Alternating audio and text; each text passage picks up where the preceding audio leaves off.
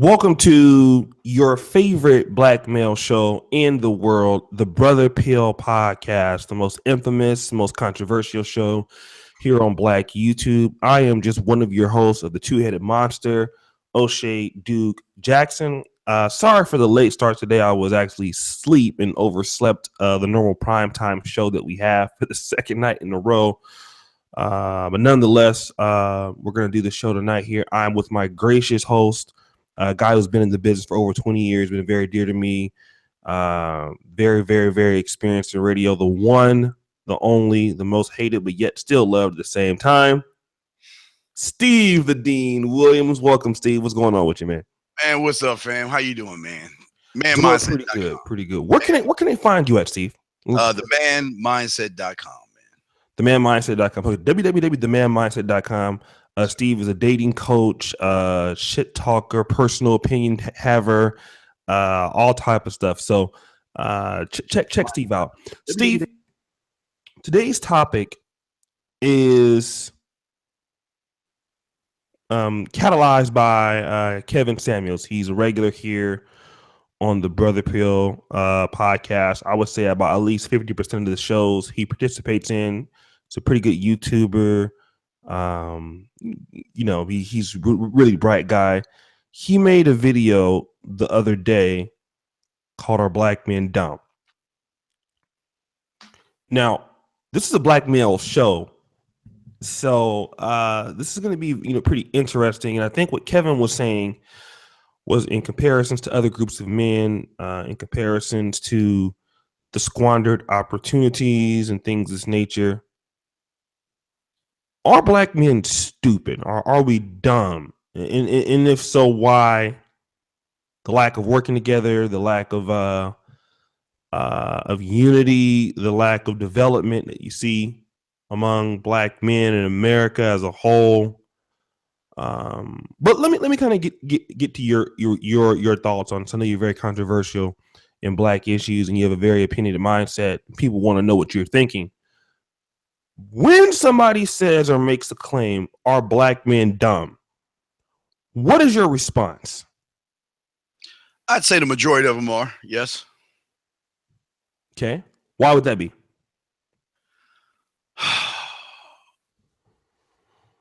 It's because the ignorant comes from the stuck in the past thinking and victimization that we seem to carry a lot.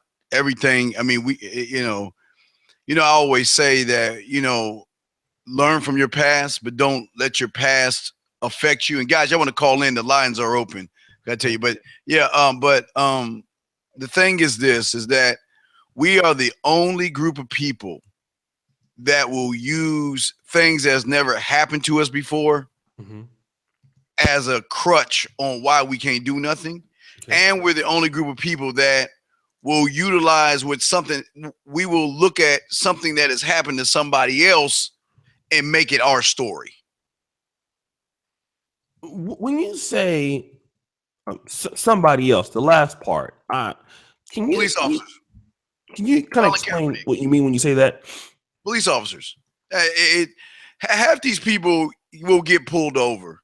I mean, Everybody gets pulled over, but they got these motherfuckers thinking that as soon as you get pulled over, you're gonna die. Literally, you gonna pull over in your car. Somebody gonna get out of the car and yank you out, beat the shit out of you, and shoot you. That's what we are sad, man. Mm-hmm. We really think that we are now. Don't get me wrong. I never said that you don't get profiled, O'Shea. Right. That happens. That happens. But to think that you get pulled over, the cop is going to pull out a gun and shoot you because it did somebody else in a few states over is some of the most idiotic shit I've ever heard in my life. Okay, well, Steve, let's do this. And shout out to my boy Wake the Hell Up. I'll bring him on a little bit later. He came up with the term chicken shines, like that restaurant when you came up with the thing called Niggerville. But Steve, let me play devil's advocate real quick, okay? Black men have had, and we've talked about this several times on the Brother Pill podcast. Black men have had their run-ins with the police.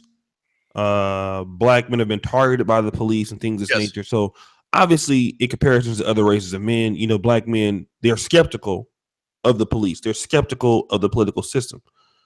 Are they not being bright to understand that their chances, if they are being pulled over, something could happen? Anything, something might happen. Anything is possible. But to think it's going to happen is fucking ridiculous. Okay, here you go. This is what I'm saying. Okay.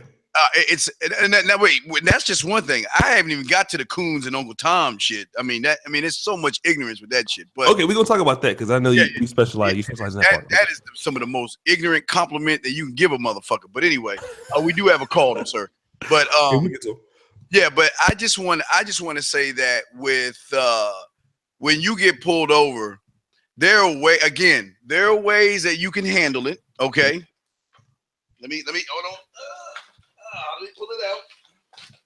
There are ways. I like to put this underneath while I'm talking. There are ways you can handle it. Okay. Where you don't have to worry about anything when you get pulled over. Or you can be belligerent, yell, scream, and be disrespectful and get your ass yanked out. Matter of fact, there's so much, man. Wait, can we skip past it? Because this is the other thing. There's a kid that some little elementary school kid didn't stand for the Pledge of Allegiance. That little motherfucker should be yanked out of school and kicked out of the country. That's one. That's the ignorance of his parents. Is that let's start right there. Let's start right there, Steve.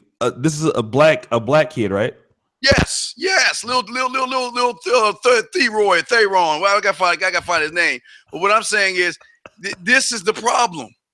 They have scared their little children into the boogeyman. Their little kid knows nothing. Their little kid goes to school. He doesn't even drive. And to make that little shit sit or doing the pledge is the ignorance of his parents. But we also have other ignorance of people where we go, where they use.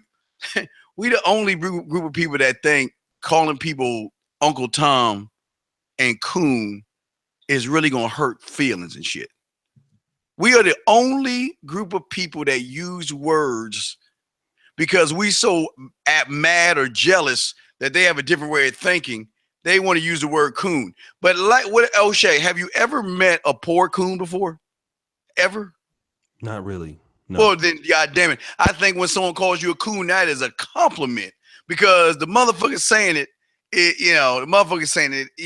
they just got in their feminine feelings and shit. So, but we do have a call though. We got calls, but I just wanted to. How many callers do we have? Yeah, we got one in the queue now. Okay, they're gonna have to wait for a minute because okay, you had to wait 316. He getting in my ass right now. Yeah. We're I think a lot of times we bring the callers on too quick before we can actually get kind of the base started. But don't worry, we'll get to that caller. We'll get to some of the other additional YouTubers. LAR Movement, who's actually a part of the original Brother Pill, will be on at some point. But Steve, when we talk about black male stupidity, okay. Mm-hmm. It's not like we're saying that black men don't have the ability to be smart or that black men don't have because obviously me and you're black men. There are other black men that we know that are very bright. They're very astute. I do interviews all the time with black men who live over the world, black men who are in Forex, black men who are physicians, we have the ability to do everything that anybody else can do. Oh, absolutely. Yes. We have the power to do great things. Absolutely. Right. So we're not saying that black men that this title of the show that you can't. I never say all. I never say all black. Yeah. I know that. We'll be fair to you, but a lot of black men, and let's take it to your talking point. Black men are afraid of the boogeyman. They're very worried about white supremacy, and they're very focused on that. What's your thoughts on this particular piece of information as far as you're concerned? To me, right now, we have the power to either get on a boat, a plane, or you can even fucking try to swim back to Africa if you want to. if you don't like how things are in this country, Right. you have the right and the choice to get your ass out the fucking country and go somewhere else. That's the right that you have. Okay. We are the most problematic group of people ever. Ever. And it is so sad what people's parents have done to these young individuals. Just like that little boy who sat down for the flag. He's only mimicking his dad, who probably ain't about shit anyway. Okay. So one thing that could play into black male stupidity, in your opinion, is the parents are raising these kids, influencing these kids with a certain mindset to be victims to make them stupid. Is that your opinion? Yes, sir. Absolutely. Okay. We'll talk about the lack of fathers also, but let me bring on LAR Movement, who was an original member of the Furious Four, which was me, you, Kevin Samuels, and Steve the Dean. When we first talked about what was the Brother Pill podcast, he was one of the original people. What up, LAR Movement? What's going on, people? Good, fam. 2 in the queue, sir. Welcome to the podcast. Actually, you were originally on the podcast in the beginning. LAR, today we have a very controversial topic that was started up by one of your colleagues, our colleagues, Kevin Samuels. Are black men dumb? And we're going to go into a lot of particular details. But as a black man and living in a city that has a lot of black people in Houston, Texas, like Steve, do you feel that on the aggregate, black men are dumb? Depends on what we talking about. I think sometimes when it comes to chasing skirts, we wind up becoming dummies. But when it comes to handling business, sometimes we dummies. Yes. You know, when it comes to how can I say this? Not understanding people's intentions, we're dummies. You know, we're naive to certain things. So naive to certain things like what?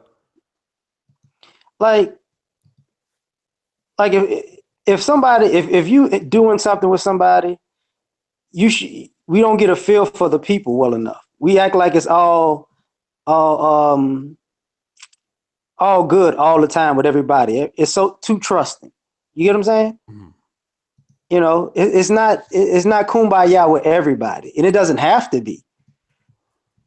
But I think when it comes to stuff like that, we always think like everybody has our best intentions, and they don't. You know. Okay. Let me do this real quick. Shao is a very good point. How many callers do you have in queue, Steve? We got 2 in the queue, sir. Two in the queue. The beautiful Shelly Sterling, who's always supporting. Shelly, baby, listen, you are too fine to be donating like damn near every show. Like, thank you so much. 20-hour super chat. Appreciate you. Mr. Grandeur dropping this because the Dean has no filter. I love you guys. Keep it up. The Dean certainly has no fucking filter. Like, I like to be the most controversial person. I have to take it back. He's to Steve, man. He don't give a fuck. Gives no fuck. For those brothers that are coming into the chat, do me a favor in the show. Like the video. We want you to call in 515-605-9373. Please call in. Let's discuss. Let's hear your points of view on it. Thanks, Steve. Let's bring the callers on. Let's see what we can do, okay? All right. First, we got 316 then 628. 316, what's your question, comment, sir? Hey, can you guys hear me? Yes, we can. Awesome. Hey, I looked up the definition of the word dumb, and by the definition of it, I would say black men aren't dumb. We do feel certain aspects of the definition, but no, we're not completely dumb at all. We can speak. We're not speechless. We're not mute. We can learn. So no, I don't think we are dumb. I think there might be a different word that we could try to say that could describe us, but no, not at all. We're not dumb. Okay. Simply or reduce the intellectual content of something so that it makes okay. Yeah, I think you're right. So let's say, can we let's do this then. Liking the power of speech, a dumb animal. That's true. Simply or reduce the intellectual content of something so as to make it accessible to a larger number of people. Okay, no. Look. So that actually we can do. What the fuck is that noise? So it's not me. It's probably me. Kevin, here you are, your collard green eating ass. Okay. Let's do this real quick. On my end. Let us do this because let us let us if we can, let's subjugate let's transpose this definition, because one of the acronyms of being dumb is to simply or reduce the intellectual content of something as to make it accessible to a larger number of people. Well, we can say that black men who actually are bright, do they dumb themselves down on purpose? We can use that as a claim. So I think you're right on the definition, but definitely we can use this as another transposition of what the word means. Let's kind of transpose it real quick. Are black men playing dumb? Do black men want to act like they are not? Do they? I know black men on purpose who are very bright, man. They act dumb on purpose to fit in. Yeah. That I do. That I do know. Fucking sad. So let's talk about that, caller. Can you hear me? Oh yeah, I'm bringing him. I thought you were done with him. I'll bring Yeah, no, bring it back in. We can talk about that as also. Okay, thank you very much. Do you think that black men play dumb? Absolutely. Okay, why is that? To be honest with you, for some brothers, a lot of that starts in school just to fit in. If you are a black man in elementary school, middle school, and high school, and you don't fit the status quo, you talk well, maybe you don't have the nicest clothes, but you try to dress yourself and present yourself in a different fashion, you're going to get attacked by black society. You're acting white, you're not fitting in like us. And some brothers then decide that, oh, okay, maybe I do have to, unfortunately, fit in with the status quo. You could call that dumbing yourself down, but unfortunately, it's just to fit in. Some brothers just don't have the intestinal fortitude to say, fuck it, I'm going to just do what I want to do and be me. They do play that role. Mm-hmm. Okay. Let me ask you this. In compared to other groups of people, do you feel, let's change the word dumb. What about ignorant? Are black men ignorant? Do you mind if I, just to make sure I understand what you're talking about, let me look up what you mean by ignorant. Because what I like to do is when somebody says something, I want to make sure I understand what you're talking about.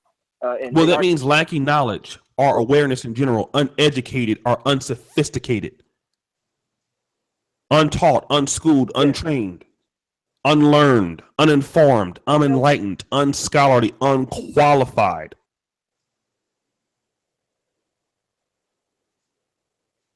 Yes. Why is that? It's a lot of us. Why? You know, the first thing I'm going to say, instead of attacking the status quo and saying some of us were forced into that situation due to history, I don't want to say that, because that's kind of a cop-out bullshit, I think. After saying that, man, I take that back. Now I don't know. Because I don't want to say, oh, that's kind of been taught to us for some of us to be that way, but we're not in that era anymore. We can pull ourselves up. So, fuck, man. You stumped me on that one, dude. I'm not sure. Okay, we'll bring you back on, bro. What's your name again? I'm sorry. Oh, I'm sorry. My name is Ian. Ian. Okay, yeah, Ian. Hey, Ian. Thanks for calling in. I don't know if you got the free ebook, How to Stop Simping in 24 Hours, but if you want to get it, put your email in the chat, and then we'll definitely get it to you. So Steve, you can bring the other caller, Steve, if you like. Okay, we have 3 more callers in the queue. Area code 628. You're up next. What's your question or comment, sir?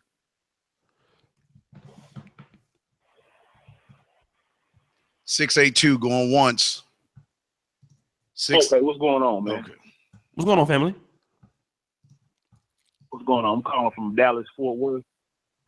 And yeah, man, I think brothers are dumb, bro. I mean, like you said earlier about, you know, when they steady use the term white supremacy, and I'm like, they understand what they mean. Like you're basically saying that white people are supreme over you. And ain't no white person supreme over me. It's not happening. And it's like, you know, fortunately, I have to agree with Steve, man. You know, the professional victim stuff is getting played out, man. You know, it's really getting played out, man. I mean, I look at you, O'Shea, man. You over there in Europe, brother, doing your thing in med school, making videos. You show, man, there's no excuses, man. There's no excuses, you know. So that's all I got to say, bro.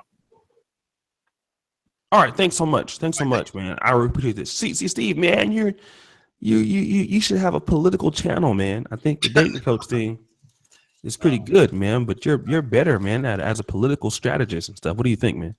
No, I don't. No. I just voice it. This is just a flat platform to just voice my opinion, man. Let me do this. Let me go to Kevin, man, because Kevin Samuels, the up and coming,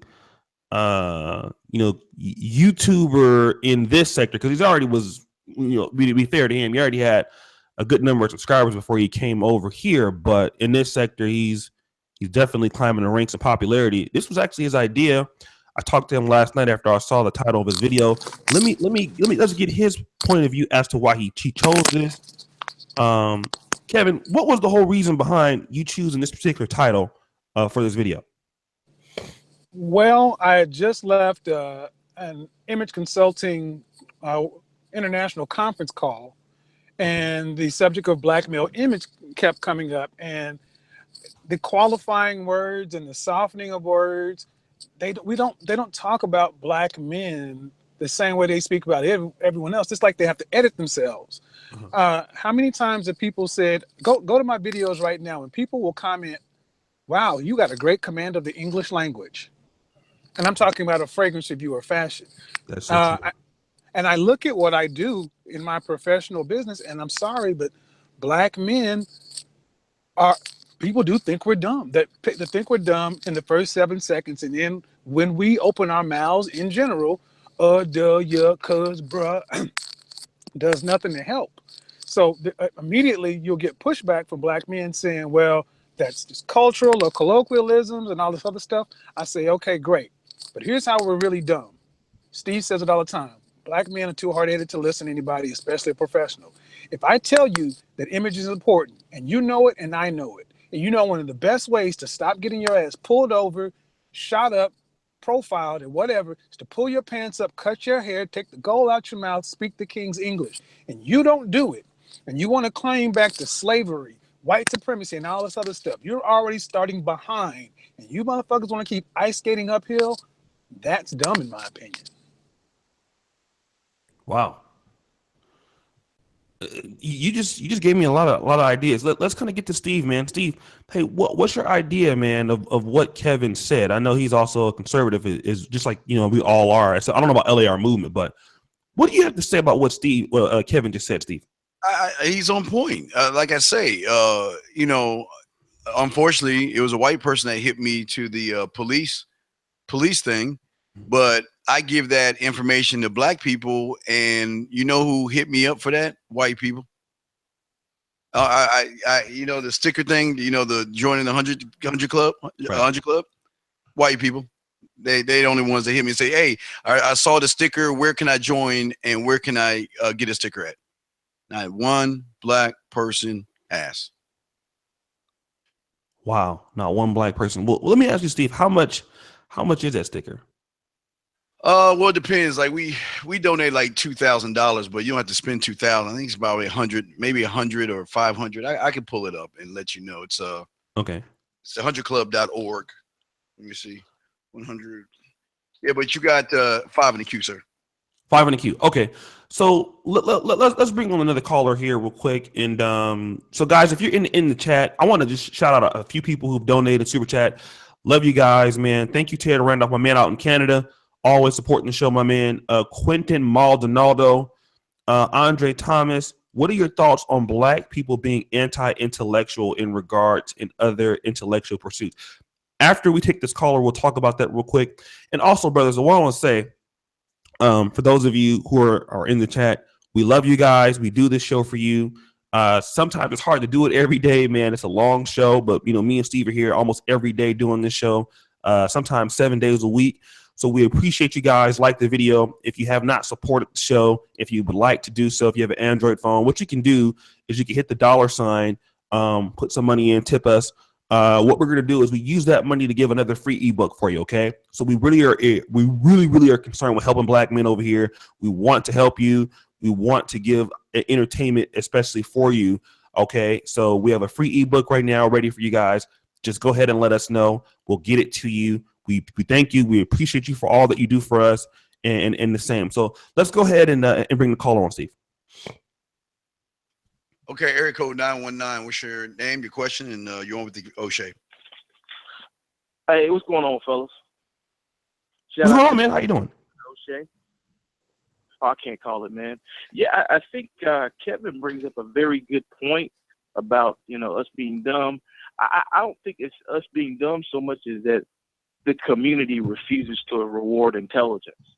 And when you refuse to reward intelligence, and when there are, perverse incentives, and people are going to go and do antisocial behavior. When you have people like where I'm from throwing parties for niggas coming out of jail, and what does that say to the kid that's, maybe he's not that popular, but he's really, trying to do everything he can to make good grades in school?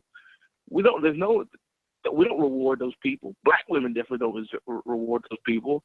And so, yeah, I guess, are we dumb? No, I think the community is just so upside down that it's causing us to participate in bad behavior. Thanks, man. I actually made a great point. We do reward a lot of stupid things. Steve, just real quick, man. What's your take on blacks rewarding kind of bad behavior, especially with the women in our community? We're always, we're the only people that do. I'm not saying other races don't do it, but we just make a mockery of it. I don't know. We just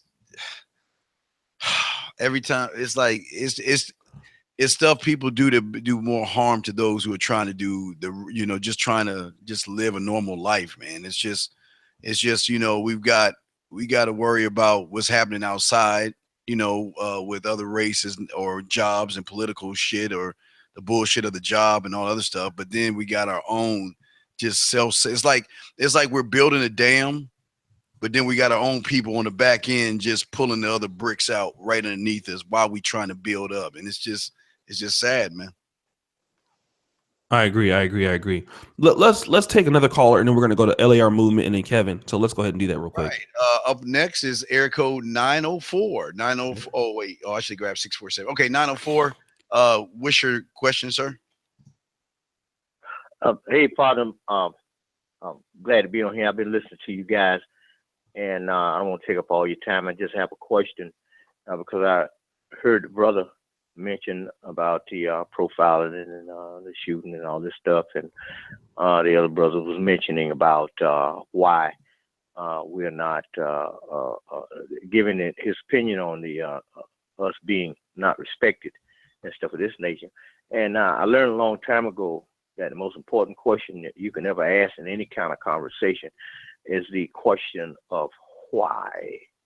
And so what I'm would like to know from you as the host, if I ask you this question, because you sound like a pretty educated fellow, you sound like you have been to college and all of this good stuff, and maybe you have some degrees and stuff, and it seems to me that you do. So if I ask you to tell me who you are without telling me your name, and you didn't answer me, my question to you would be why? You understand what I'm saying? I'm a little lost. Maybe Steve's putting that out there for you. Y'all can take that and use that later on down the road, and I'll take your question off the air. And I just want to ease that in there. Just ease it in there as a tool that you can take and use as a defense. Ask this guy what's his name. I think he's Steve. Is he from Florida? Yeah, this is Tahaka, man. What up, Tahaka? I talked to you before on Blog Talk Radio, man. Yeah, I know you. How you doing, man? How you doing? Yeah, this is O'Shea. O'Shea, what's going on, partner? Yeah, I talked to you about last month, man, on my personal show. So shout out to Tahaka, man. He has a pretty good channel on Blog Talk Radio. He's been on there for many years. So shout out to Tahaka, man. Thanks for calling in. We'll definitely use that, man. I saw your website and I've talked to you personally, so he's a good dude. Steve, so we'll be back pretty soon, Tahaka. Let's go to the next caller, Steve. I think so. Okay, next up is area code 647. I know you pressed 1. Did you want to? Oh my god! Oh my god! That nigga watching porn and shit. right. All right. That's the next caller. Area code 3321. What's your name and question, sir? What's up, y'all? My name is Drew. I live in St. Pete, Florida. What up, Drew? What's up? I'm chilling, man. Hey, I mean, first of all, the question itself is, I mean, you're looking for a certain response, because clearly not all black people are dumb. Clearly, just like not all people of any race are. Nobody dumb. said all, sir. I do believe. Whoa! Hold on. I don't think that's clear. The numbers don't bear that out. What do you mean the numbers don't bear that out? Okay, again, I'm not just talking about my personal opinion. I'm a professional image consultant. Okay. I do this stuff. I look at the impact of image on psychology, and companies and individuals use this data to make decisions. I'm not pulling this stuff out of my butt. We are looked at as. No, are you saying that you have? Are you saying that? I'm sorry, I don't mean to interrupt you, but I just want to make sure I understand. Are you saying that you have data that would back up that black people are dumb? Is that what you're saying? I didn't catch the first. There's no formula that says, hey, put these inputs in and the outputs are black people are dumb. The bottom line is, when people are shown a face of if you want to take it offline and I can show you the data and stuff I'm talking about, I can, because it's too deep. Okay. But the bottom line is this. Okay. Flash a black man's face or a picture of a black man and flash any other kind of man, and you'll get different responses. You know, like it or not. Sure. And we talk about not all, but that's the point. Other cultures don't separate not all. Pookie and Ray Ray look just like Professor O'Shea.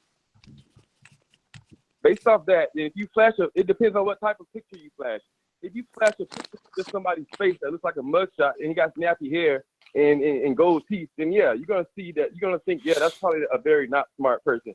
But if you post a picture of somebody in a suit with a haircut looking clean and sharp, you're probably gonna think, hey, this brother here kind of probably has a good head on his shoulders. No. So it depends on No, sir. No, sir. That is not right. Once he opens his mouth, you can wear Armani suit. As soon as you open your mouth, it shows your ignorance based off of your behaviors. Because if you're still talking about slavery, if you're still dressing with all these dreads and think you're going to get a promotion at your job, if you're sitting around here talking about white supremacy, or you want to sit and not, you don't want to stand for the flag because of something happened to somebody else 4 or 5 states away, that's some, you know, that's what I call dumb. Let me just say this one point, caller. And I'm not trying to hammer the point on, but again, this is not an opinion. I do this stuff for a living. And you talk about a picture side by side. Black people would have a different opinion because that's the way we've been raised. We're 13% of the population. You keep saying not all, not this. 87% of the people aren't us. And they don't have time in the first 7 seconds of meeting you. They don't have time to make these distinctions. There's a reason for that. What? I was thinking about a response to that before I called it, and I think something that makes sense is that a lot of us, when we're growing up, we aren't really taught to think long term or to think about the big picture. So we get instant gratification at a very young age, and a lot of us are doomed before we even have a fighting chance, really. But it's not anybody else's fault. It's our own fault. No, it's not. Yeah, I know. I think it's parenting. I think it's the culture. I think it's the lack of education. But the lack of education. No, of the no, first no. Let him finish, Kevin. Let him finish. Sorry. Go ahead, caller. Let me put myself on mute. Oh yeah, I mean that was the gist of it. Because I mean, speaking for myself, just a little background. I started off in a warehouse. Then I quit my warehouse job because I saw that I wasn't going to cap out at like maybe $40,000 a year. So I was like, that's not enough. This is not going to provide me the life that I want. I'm black. I'm coming out of high school. So I quit that job, took a minimum wage job so that I can get a grant to finish college. And now I make way more than that. And I'm doing very well. But I didn't have any children in high school or right out of high school. I didn't really, for the most part, I didn't subscribe to the culture too much. I had my fun with the homies. We go to the clubs and do all this and do all that. But I didn't try to make that my life. And why not? If more people, why didn't you subscribe to the culture? What you called the culture? Why didn't you subscribe to that? Because some of us become conscious at a younger age than others, and before we make any permanent life decisions. So I figured it So out. the culture is negative. That even though it looked, sorry, what happened? We got other I calls. just, yeah. Okay, yeah, man. I didn't even take up too much of your time, but I guess my main point was I think a lot of us don't think when we're young. We don't think about the big picture. I don't think we think long term. I think that we're a very instant gratification type of culture. We want it now. We don't want to put the hard work in, and then you end up 30, 40 years old still making $15, $16 an hour, and it just, I mean, you can't really even grow like that. You can't build a community with that. All you could do is pretty much get by, and then that's pretty dumb. You're biting. Huh? Okay, fam. Listen, we got to get to another caller, man. We have like a lot of callers, so. Okay, yeah, no, it's all good. It's all good. Thank you, sir. In there, man. Thank you, sir. All right, thanks so much. Let me do this real quick. I'm gonna give some shout outs to people, and then we're gonna go to LAR movement just with the first question. Again, thanks to everybody that's been supporting the show. Young Guru has donated twice, $5 each time. Support. Black men need this. Stop tricking and support. Thanks, Young Guru, man. I really thank you, brother. Eric P. supporting the Duke.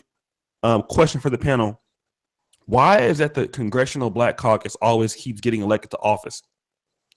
Why do we keep voting against our interests? Is it dumb or ignorance? Wow. I would love to talk about that. Okay, let's do this real quick. Because I have to answer one question, Steve, in the super chat. And this is Andre Thomas. Shout out to you. What are your thoughts on Black people being anti-intellectual in regards to education and other intellectual pursuits? I think we were talking about this a little bit earlier. Let's start with LAR movement. Let's get his take on it, and then we'll go to Steve real quick, and then Kevin. So just so real quick, LAR movement. What are your thoughts about Black people being anti-intellectual in regards to education and other anti-intellectual pursuits? Man, I think it's a mixed bag. I think just like when you're young and you go to school, you got people playing dumb to fit in. And then you also got people getting in trouble with teachers because the teachers don't want them to be smart. And I think that grows into society because we as a group, it's kind of funny that it's like the dumb people, the people playing dumb, all lean on the smartest people in our culture. And it's like, that's who has to fix everybody's problems. Right. And, we anti-intellectual, but at the same time, when you need something, you know exactly who to call. Right, exactly. So it's like, that's why the population to me that plays dumb are the worst. Because they could help fix the problem, but they rather fit in and do dumb shit all the time. And kill off the smartest people early, just from stress. But that's my what I think about that. There you go. Okay. Let's kind of go to Steve. Steve, I'm gonna ask you the same question. What are your thoughts on Black people being anti-intellectual in regards to education and other intellectual pursuits? Being lazy is easy. It's so easy just to sit around and blame. Just because you go to school and learn how to read and fucking write doesn't mean that you're a smart individual or educated. It just means that you know how to read and write. These individuals, what's so sad about us, and I've always said it's like a broken record, we have more opportunities than we ever had before in our lives to do things that our ancestors and those before us have not done. And yet we rather sit around and not do shit except blame. And that's just fucking the silliest, stupidest shit I've ever heard in my fucking life. So just because you know how to, because look, there's a lot of people even in this chat of ours or listening or watching this video tomorrow that know how to read and write, but they still ain't doing shit with themselves except getting old and dying. It's a great point. Kevin, your thoughts on this?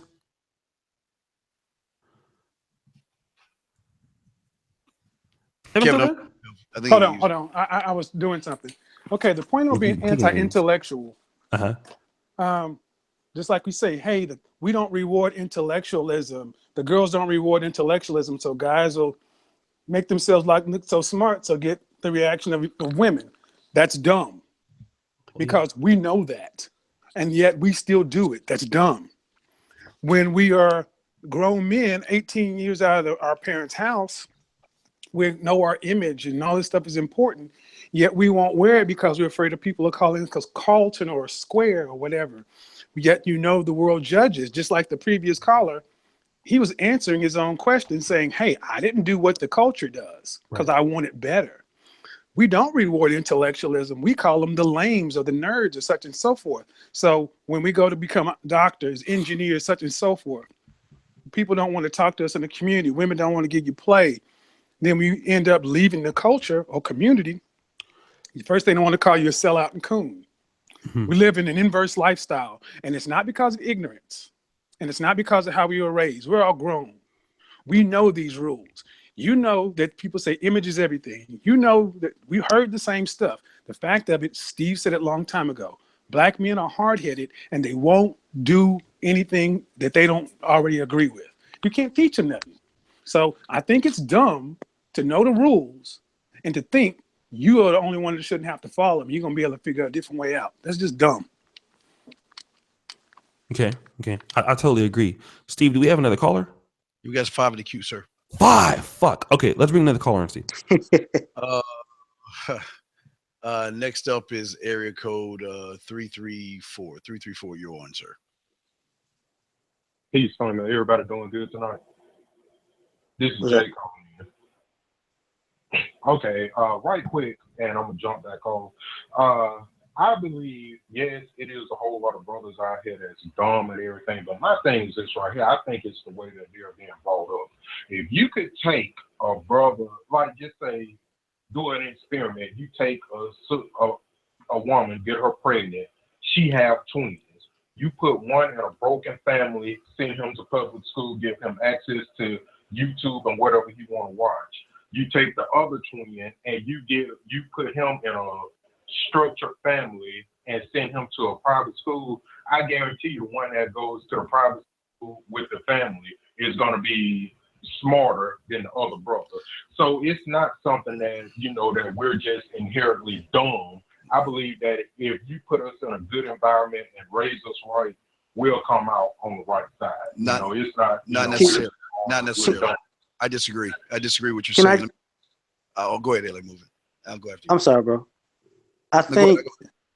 Okay, I think that's wrong because I think dumb is a choice. Yep. Yes. Once you hit a certain spot, dumb is a choice.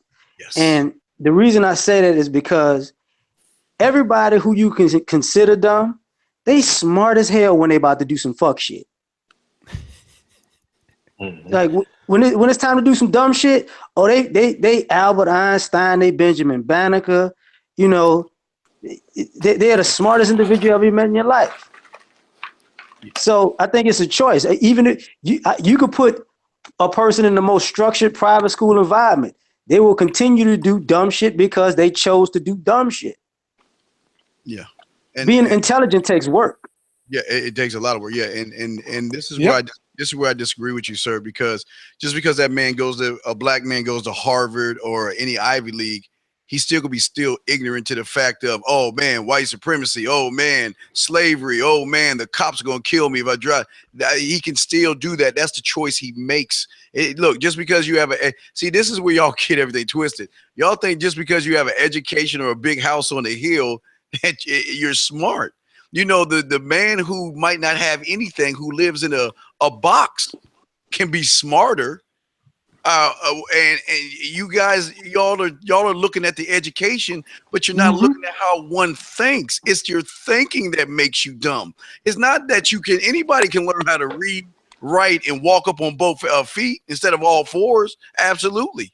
But the majority of these people would rather blame, be victims, bitch, whine, moan, complain, and do some of the silliest shit in the world.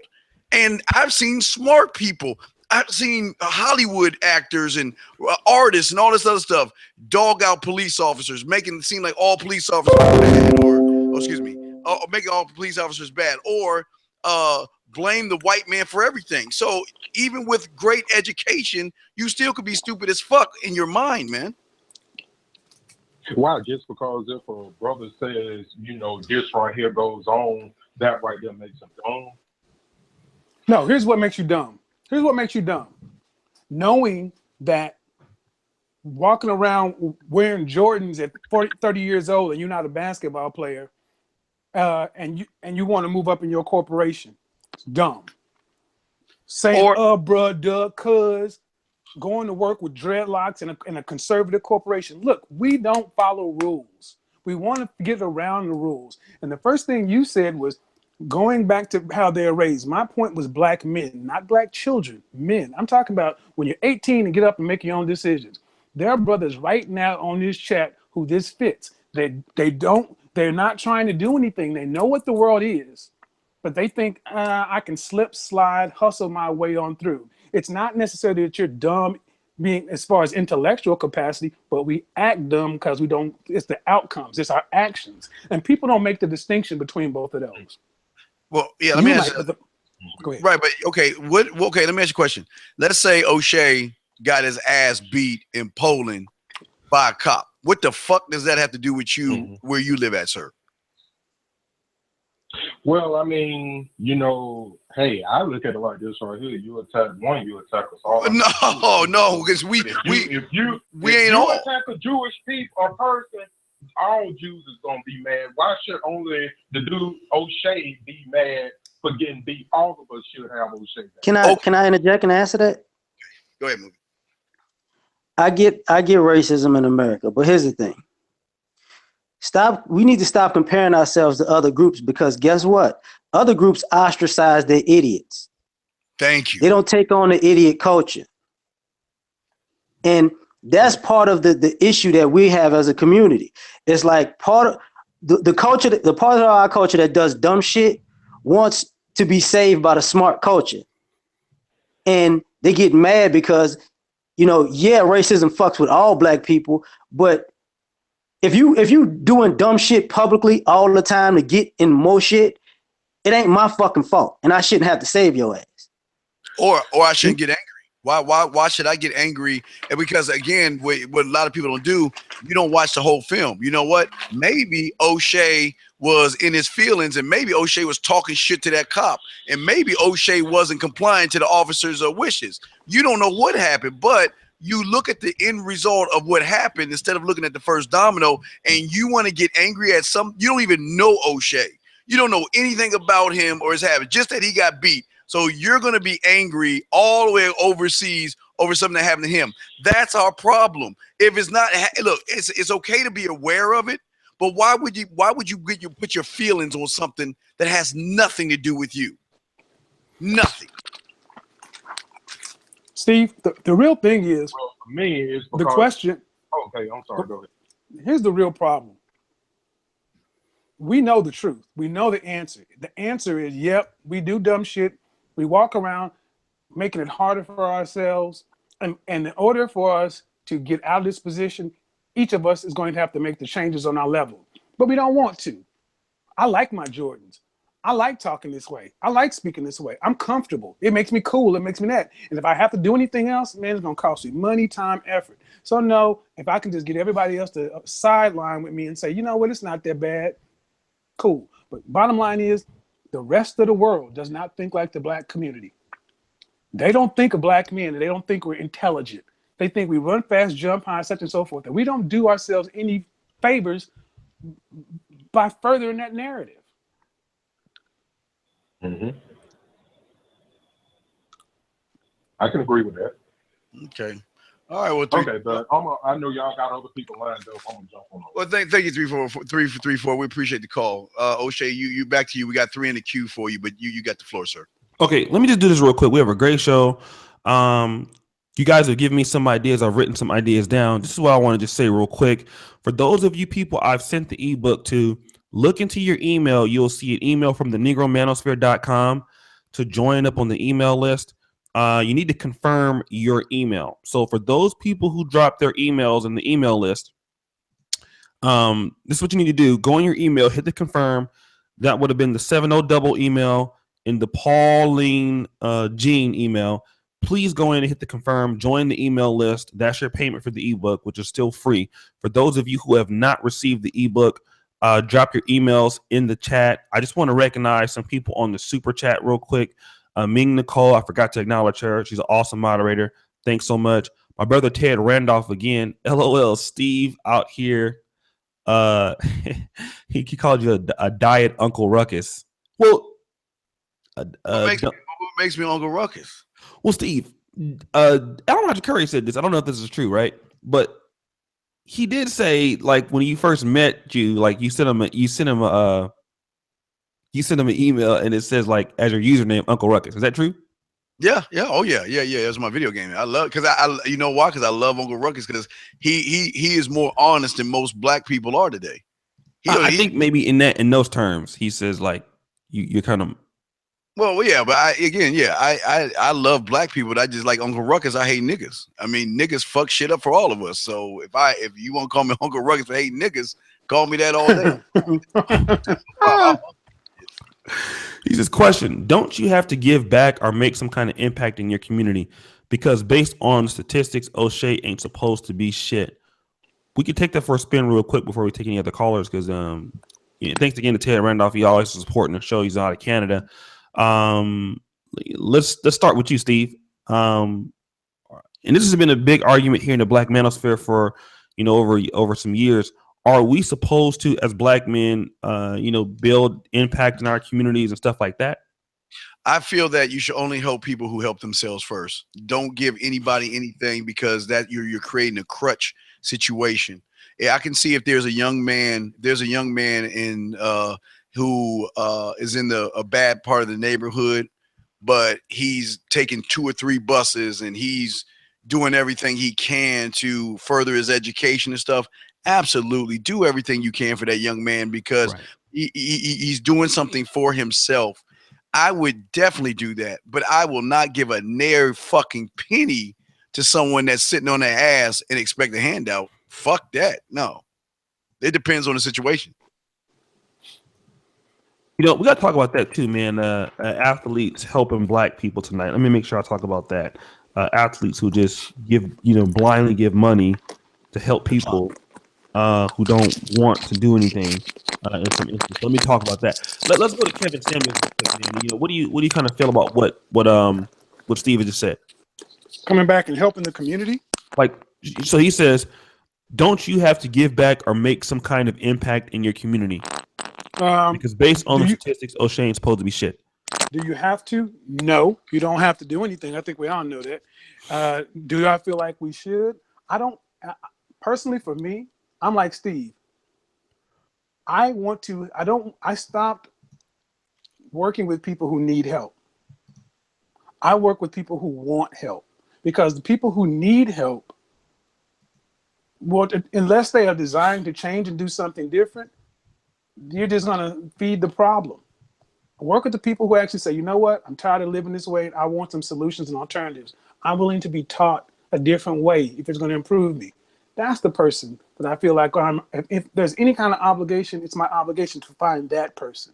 But it's not to keep this dysfunction going on, because we got enough of that going on in the black community anyway.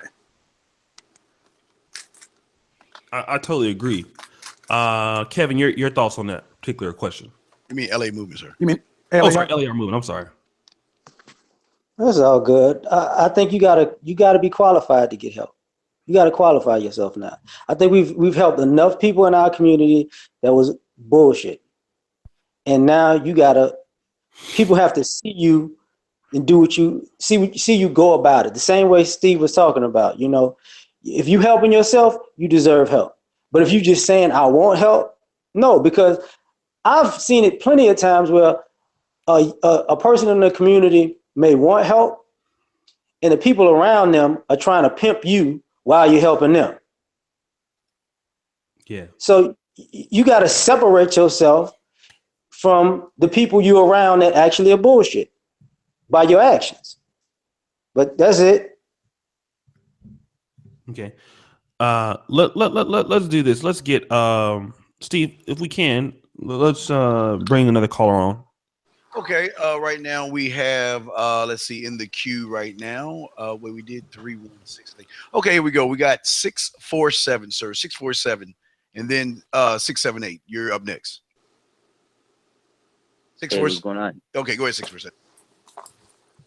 Yo, you guys over shit. You guys are the truth. God damn. finally made it through. Just a quick question. I mean, like, if you really think about it, don't you have to do something? Because, I mean, your kids going to end up doing homework with Pookie and Ray Ray and shit when they go to high school. So now what? So what does that have to do with anything? You're going to be around ancient people all their lives. What does that mean? Well, you kind of have to, like, induce that environment, though. You kind of have to change people, though. You have to give them a chance, right? No. Because, I mean, I was in there too, but eventually you have to, like, do better. Like, why do I have to give people a chance if I have my own kids? My kids are my concern, not Pookie and Ray Ray.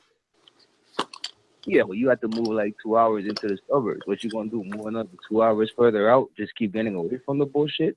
Well, that's solution based. Why would I want to be in a problematic situation, sir? The problem keeps getting bigger, as you guys are saying. No, the problem doesn't keep getting bigger. The problem is enough black men aren't doing anything. Enough black men like to be entertained instead of educated and changing. See, here's the thing.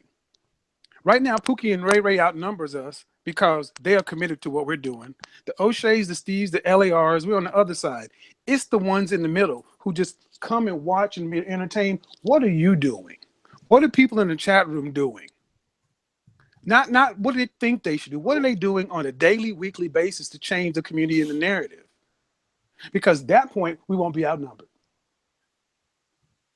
Yeah, well, you guys always complain about gentrification and shit. Like the white. Well, no one's complaining.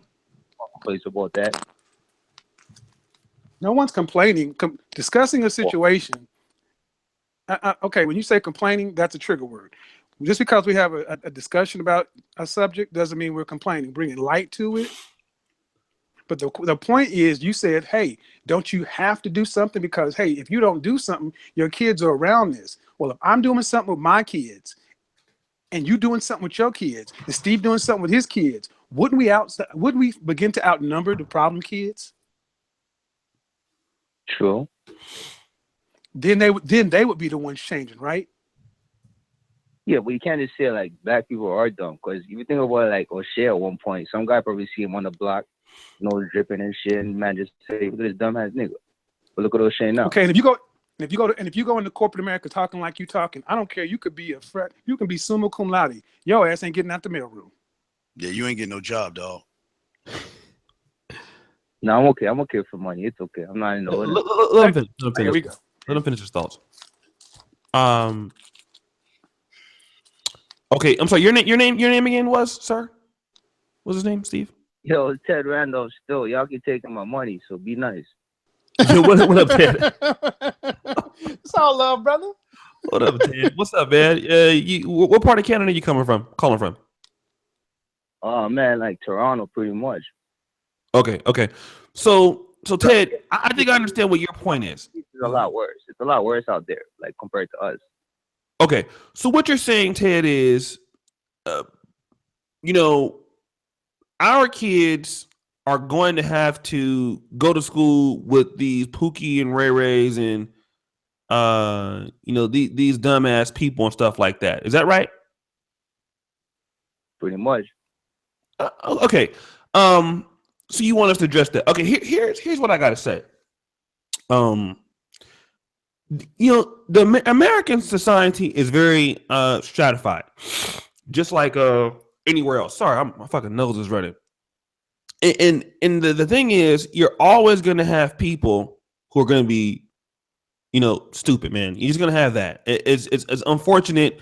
As much resources as you can have, as much as you would like to help people are still going to make bad decisions. It's just what it is. The only thing that you can do in life is look out for yourself. If you're a person in, like Steve, I don't even think Steve lives in a neighborhood where there's a Pookie or a Ray Ray. They can't even get over there. They can't afford to be over there. So just like this show is a bunch of like-minded black people that's on this show, and the reason why you listen to it, there are channels on YouTube, man, that are fucking crazy, dude. Ghetto motherfuckers just smoking weed on the motherfucking shows and shit, talking stupid. And there's a reason why you're not attracted to those shows, because, you can resonate with what we're talking about here.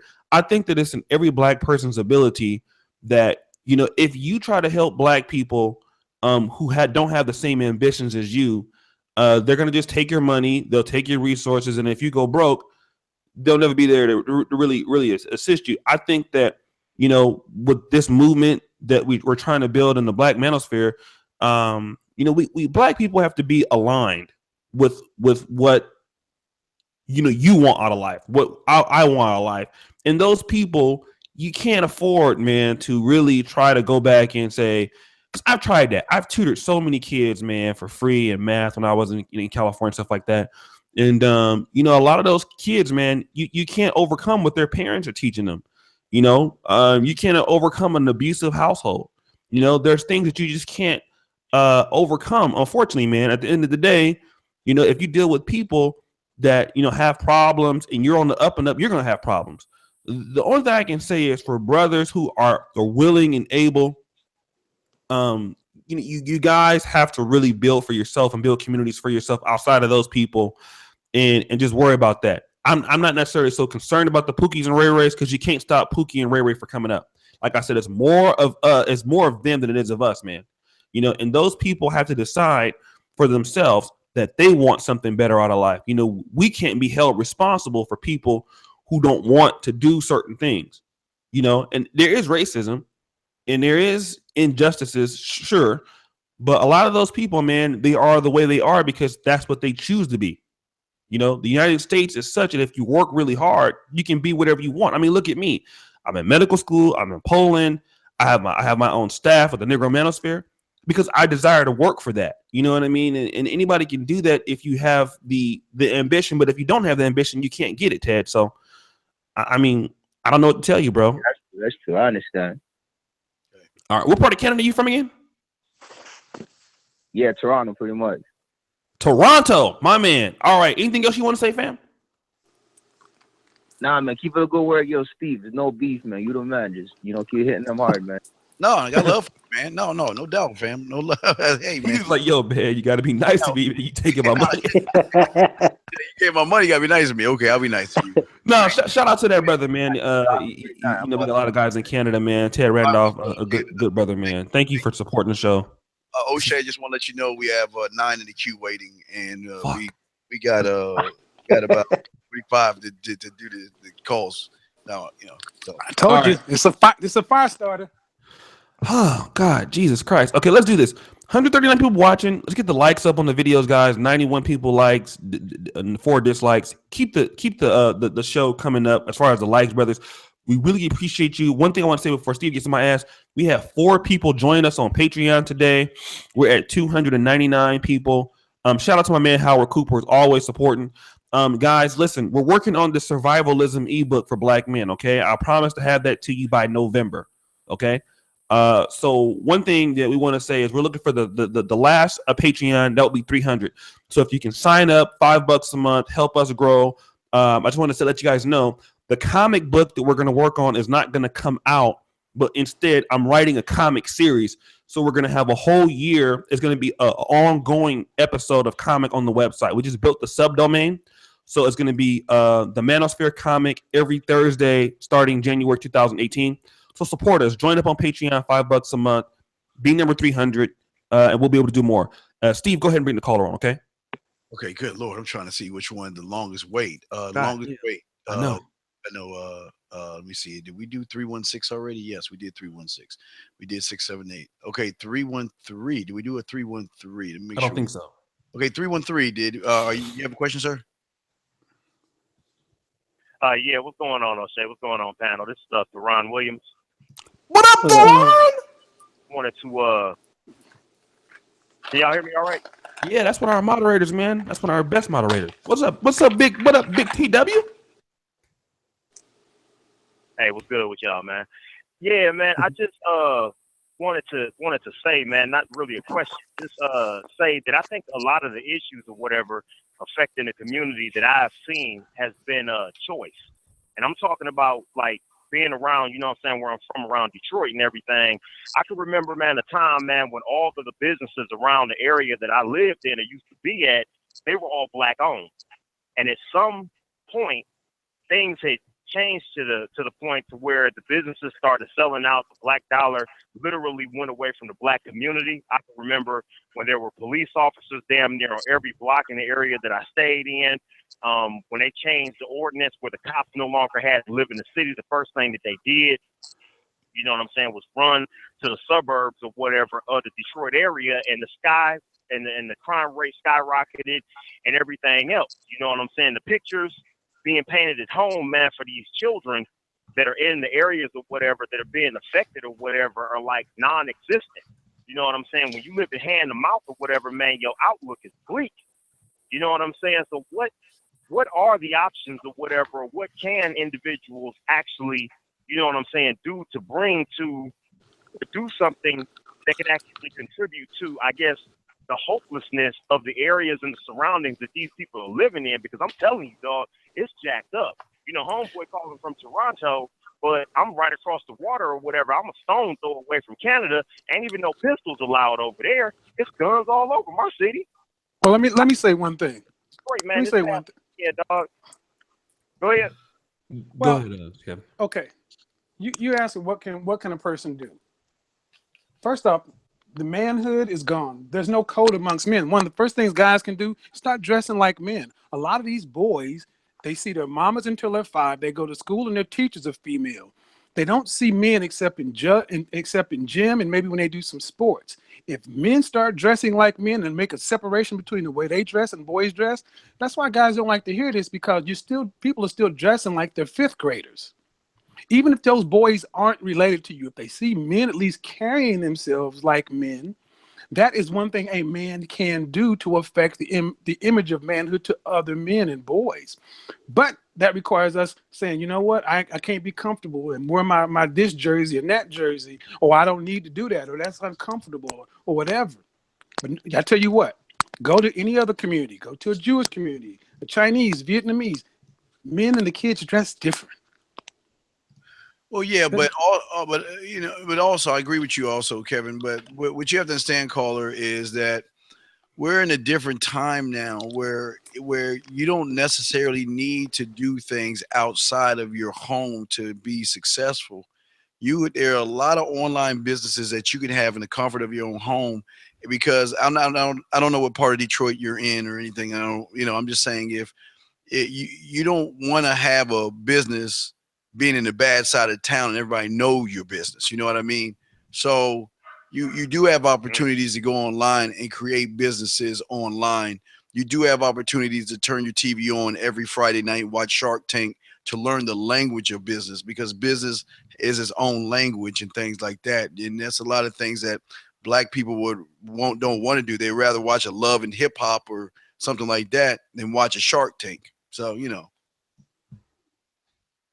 you agree that the problem is choice? That is the problem. It's always going to be choice. Yeah. Always choice. Always choice. Always choice. Yes. LAR? I said it earlier. You choose to be dumb. That's what people do. That's it. Okay. I totally agree. Shout out to the Ron Williams, man. You guys check out the Ron Williams YouTube channel, man. He's been on the podcast before, like as a YouTuber. He has the best vlog channel I've ever seen in my life. I don't know why he doesn't have a million subscribers, but dude, he's a talented guy, man. He's a business owner, truck driver. He takes you through his whole truck driving vlog, man, all across this nation. The dude is, when I'm talking about superiorly talented, man, this guy has to be like the level of Casey Neistat, and he edits all his own vlogs while he's like on the road and shit, man, like on Wi-Fi and shitty internet spots. So to do what he does, man, he's amazing, man. Probably the best vlog channel I've ever seen in my life. I'm gonna steal some of his shit too. In fact, I've been stealing some of your shit. I've been hating on your ass. I'm mad as hell at you for all that good ass shit you got, nigga. But thanks again, man, for the support, man. He's a very bright dude. Big time brother, man. Big time brother right there. Let's go to another caller, man. Shout out again to Theron. You guys go subscribe to Theron Williams, okay? Theron Williams. Next caller, I think is do we do 904? 904. No. Let's do 678. 678 if we can, Steve. Let's go to 678. Give me a second here. Where you at? 678. Oh yeah, 678. Okay, I'm sorry. 678. Which question, sir? How's it going? This is David Willis. I'm always in the chat trying to donate as much as I can. I'm on the Patreon and everything. What up, player? Probably one of the young people in the Negro manosphere here. I'm a student. I got an internship doing my thing. But anyway, So my thing is, I've always been kind of an outcast, as a brother. And my thing is, like, when I was in high school, I didn't really have the confidence that I have now. But now, as a more confident brother, going through college and things like that, I have a lot of different people, black, white, that I talk to on a consistent basis. I feel like it's not necessarily that you have to play dumb or anything like that, but I think if you're an intelligent brother, you just got to know the confidence in yourself. I mean, just like Steve always talks about, just think about the kind of confidence that he instills in people to really be able to speak and come through yourself. I mean, I feel like I have the confidence to talk and to really speak and to be smart, and yet at the same time talk to the hood kids, the people who, like y'all say, Pookie and Ray Ray, and just not, they don't really have any kind of problems with me, but I give them respect. I feel like sometimes people who can be in here, maybe you might be a little bit belligerent or militant towards those people just because they're who they are. But I mean, I feel like if you treat them with respect, I mean, they might not be respectable, but I feel like if you treat them with respect, then I feel like there's no reason for them to really come at you the wrong way. Yeah, let's talk about that. And thanks again, David. I did make you a moderator, bro. I really appreciate you calling in and saying that, because I think a caller like David is very representative of the educated brother who is trying to do something. This is a very intelligent show, so we have a lot of our callers like JJ Redwood, like David. Let's talk about that, you guys, real quick. Let's start with Steve. Do you notice that the Pookies and the Ray Rays and some of the more intelligent black men, do we have a beef with one another? What do you mean? Do we have? Okay, like a lot of times, like, and it's funny that he mentioned this. What I've noticed is me being like a smart dude, like in medical school, I typically never have any problems. Even when I'm in the vicinity of like a Pookie or Ray Ray or a dope dealer or something like that, like they don't really have problems with me. There's not like any competition. I think because we're not competing for the same women. You know what I mean? Yeah, well, because most of these guys want the big fat bottom of the barrel chick. You talking about with women or with just life?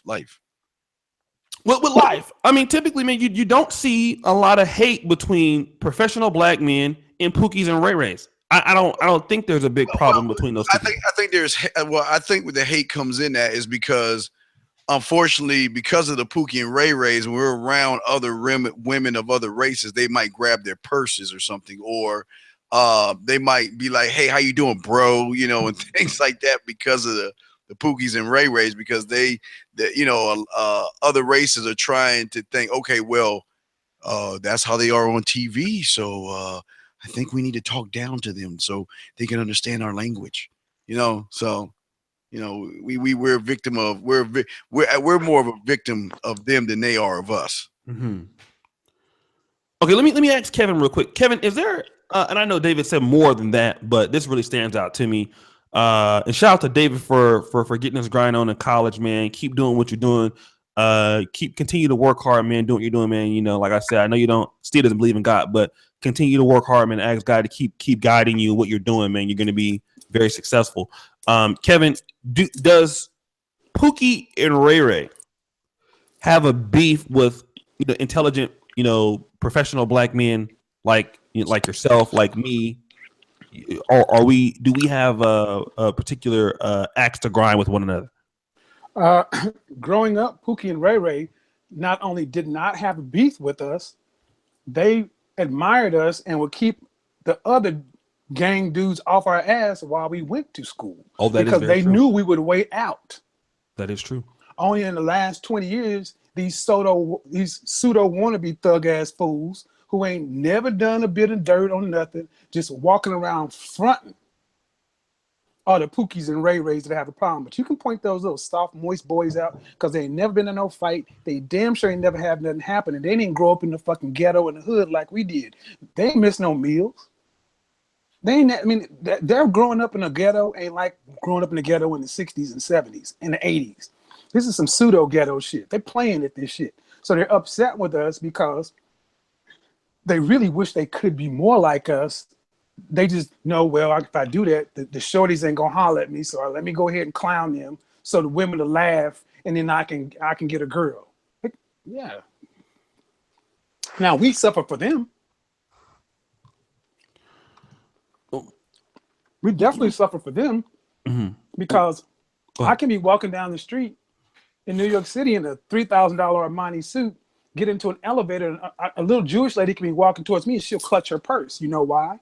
Because they had a spree of guys dressing up in gym suits, sweatsuits, going out and robbing people, then running into an alley, taking the gym suit off, and under it being a suit.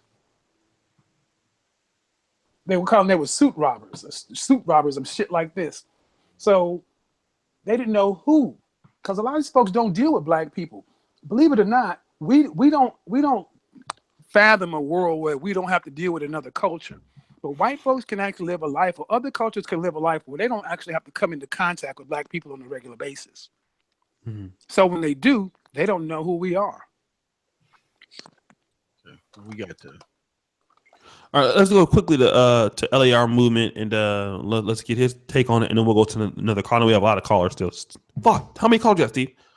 We have a total of 5. 5. Okay, let's go to LAR movement just real quick. Do you think that brothers in Pookies and Ray Rays had an issue? I think it changed with 2 different generations of Pookies and Ray Rays. I think the old ones, no, because you had to have balls to be an outcast in the black community in the first place. So they had respect for you. You know, now I think it's a beef because, frankly, these guys don't know what they want to be. So they hate somebody be doing things outside of their comfort zone. That's not Pookie and Ray Ray-ish. But that's it. Okay, let me, Steve, we're going to go to the caller. This is why I think this very quickly. I feel like the Pookies and the Ray Rays, this is what I feel. If you're in the black community and you're competing for the same type of chicks that these niggas want, you're going to have problems. If you don't compete for the same things they want, like the street credibility, the bitches, those kind of cars, a lot of times, man, those dudes admire the fact that you are bright, you're smart. You know, they because there's no direct competition. You know, if you're a black man and you're not going for their same bitches, their street credibility, their money, their economy, you're not gonna have no problem with them. That's been my experience. But I'm going to use the restroom real quick. So, Steve, let's bring the other caller on. I'll be back in a few minutes, okay? All right, we're the callers, okay. Area code 773. What's your question, sir? Hey, how y'all doing today? It's one on Kevin, LAR, Shake Steve. This is Dallas Life. What up, man? I want to comment that I agree with a lot of what you all are saying. And even at one point in time, I asked Kevin on his live show a couple of months ago, I believe, what do you do with family members that are in your environment and are keeping you down by just their attitude? What family? I would ask you. Their everyday everyday attitude. And his response was detached with them with love. Yeah. You can't let them keep bringing you down, and they may not even mean it intentionally, but it's just their attitude. They are a wet bag, a wet sack, and you get in contact with that every day. It just brings you down. And I like his response because a lot of times it's your brother, your sister, your mother, your father, your grandmother. It could be anybody.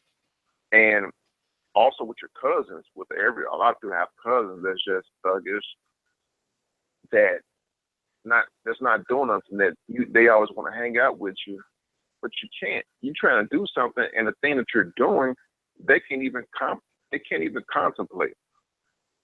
And you may like something different, but they like the same old rap music, the mumble music, the smoking weed, and drinking. You may not like that, and they look at you bright-eyed as if, what kind of person are you, an alien?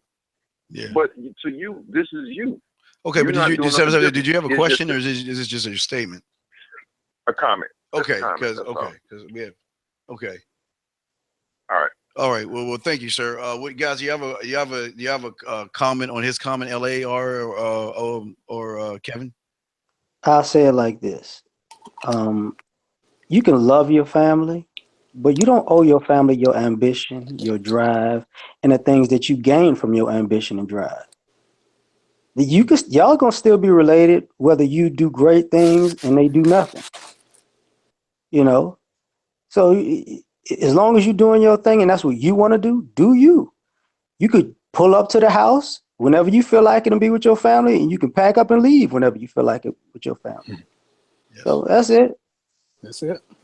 Okay. Next in line we have area code 631. Then we have 251 after that. 631. What's your question or comment for the panel? Okay. Next in line we have area code. All right. Well, I guess we can go ahead and move on. You gotta lower your radio down. Okay. Area code 251. What's your name and question for the panel? Oh, what's up, Steve? This is Daquan from Mobile. First off, I want to say thank you guys for everything that you do for the Black community, man. I think what you guys are doing is wonderful. I have two questions, man. Did slavery make our people entitled? And also, my second question is it stupid to advocate for world peace? Wow. It's a good questions, man. Very good Well, questions. Well, somebody started off, and I'll wait. Yeah, I didn't know it was a question. I think Reconstruction and the Civil Rights Movement made our people entitled. Because I think the people fresh out of slavery was handling their damn business. I think the people after that, you know, in subsequent generations started fucking shit up. You know, so that's my point on that part. And is world peace a stupid thing? We can't control how other people get down. You know, if you really want world peace, you're gonna have to force people into peace. Right. I don't think that conflict is a state of nature. I don't know any species that lives in a state of peace. There's an equilibrium. That's about it. As far as slavery, I think LAR was right. Civil rights and made us entitled because we started getting stuff. That's all. All right. Well, we have all right. All right. All right. Thank you, caller. And last but not least, area code 631. Please lower your radio down. What's your question, sir? All right. We have all right. I think you called in last. 631. Hello. Area code 631. Please lower your radio. Yes. Can you please turn down your computer? Yes.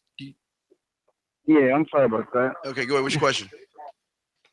What's up, Steve? This Prentice. What's going on? That's one of my moderators. What's up, Prentice? Ain't nothing. Yeah, no, I don't really got a question. I just got more of a statement about the I wanted to go back to the topic itself. Is a black man dumb? Yes, I would say a great number of us are stupid. We are followers. A lot of us are followers, not leaders. A lot of the leaders from our past, as we know, have been murdered and taken out, and they scare a lot of us. You know, so we don't step up to the plate. We don't teach young men to be men. You know, a lot of us, we don't have the strength of the black man that we once did in the 50s and the 60s. A lot of us are weak-minded. You know, we chase the hoes, we glorify the strippers and things of that sort. And, you know, we're not leaders, as I said before. And it's a shame because shows like this, we need shows like this. So I commend all of you guys for putting together a podcast show like this. This is great. I'm loving it. But like I said, I wish we had more leaders. You know, I could step up and be a leader myself, but it's going to take a lot more than a few of us. Mm-hmm. Yeah, I think that's pretty good. Let me just talk about Prentice, man. I've been knowing him since my Planet O'Shea group days, and just like him and Open Mind, they kind of follow me over to kind of YouTube and stuff like that. So, be on the lookout more for him. He'll be writing on the site. But what do you guys think about what he just said? Let's start with Kevin, and we'll go to LAR and Steve. Is Prentice pretty much on spot here with what he's talking about? Well, yeah. I mean, when I came up with the topic, I had to sit there and listen to this conference call of hundreds of people talking about the black male image in these kindergarten terms. And I have to realize that, yeah, as a whole, we are dumb if nothing more than we continue to allow the things that disrupt the Black community to persist. We can call Pookie and Ray Ray and whatever, but look, Pookie and Ray Ray affect us. And one or two of us may decide to not be around or whatever, but as a group of men, we are the ones that suffer from so much stigma. Cops was built on our backs. America's Most Wanted was built on our backs. Oprah, Donahue, all these things. But yet, we have yet to come together collectively to say enough. Tyler Perry can make a movie and men will take their girls there and be like, well, I got to keep her happy. No, they can say, I ain't going. Don't allow your money. And it really starts about reclaiming the Black male image. That is one thing that each and every man can do today. Leave your house tomorrow with your clothes fitting. Just leave it a different way. And just notice what would happen and how you get treated. And here's the last point on that. You know, just like I know, when you run out the house in some shorts, or the t-shirts and flip-flops and a ball cap, you get treated one way. But if you just got on some nice fitting jeans, a polo shirt and some church shoes or whatever, you can go run the same errand. You feel different. People treat you different. Hey, Mr. Jackson. Hey, sir, how are you doing? Versus, man, it's a whole nother world. Yeah, I definitely agree, man. Thanks, Prentice, for calling in, man. Appreciate you, bro. And you know, we have two more calls and we'll shut it down. We gotta just have two. Yeah, let's bring the other two callers on, and then we'll continue to I know you have to go. Let's bring the other two callers on real quick, people. 904, then we'll do 316 last one. 904, what's your question, sir? Yeah, man. I'm gonna drop this one more jewel, and then I'm gonna get off here. I'm gonna deal with the Poo Poo and the Ray Ray. What y'all call them? Pookie and Ray Ray. Pookie and them.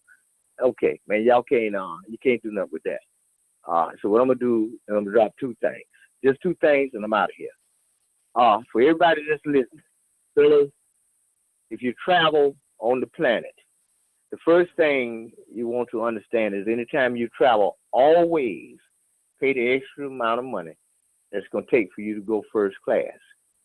If you can't get up in first class with a pencil and paper, recording device, make sure that you're listening and you get this information. Always rub shoulders with people where you want to go. Mm-hmm. First class. The second thing is the brother mentioned the Poo Poo and Ray Ray in them. In order to do anything with them and produce anything in the neighborhood, you're gonna have to realize that you're dealing with a rabid dog. You're gonna have to feed them from a distance. In order to do that, you got to realize that the only reason any man should be working for another man on a job is to acquire seed capital for investment. There's no other reason. So what you do is 3 weeks. You got 3 weeks.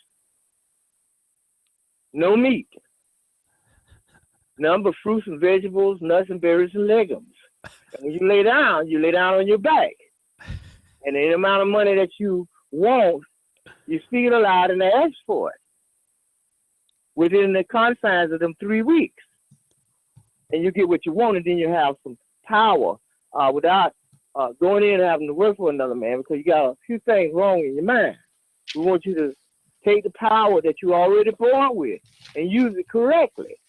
I'm out of here, man. Okay. Y'all right. have a good night. Thank you, sir. Area code 316, last call. Area code 316. What's your question, sir? I'm the first caller. I didn't have a question. Okay. Just so I can listen to you guys, I have to call in. Well, I have nothing to declare. You guys are wonderful. All right, thank you, sir. We appreciate it. Yeah, we're about to close this down, so pretty soon.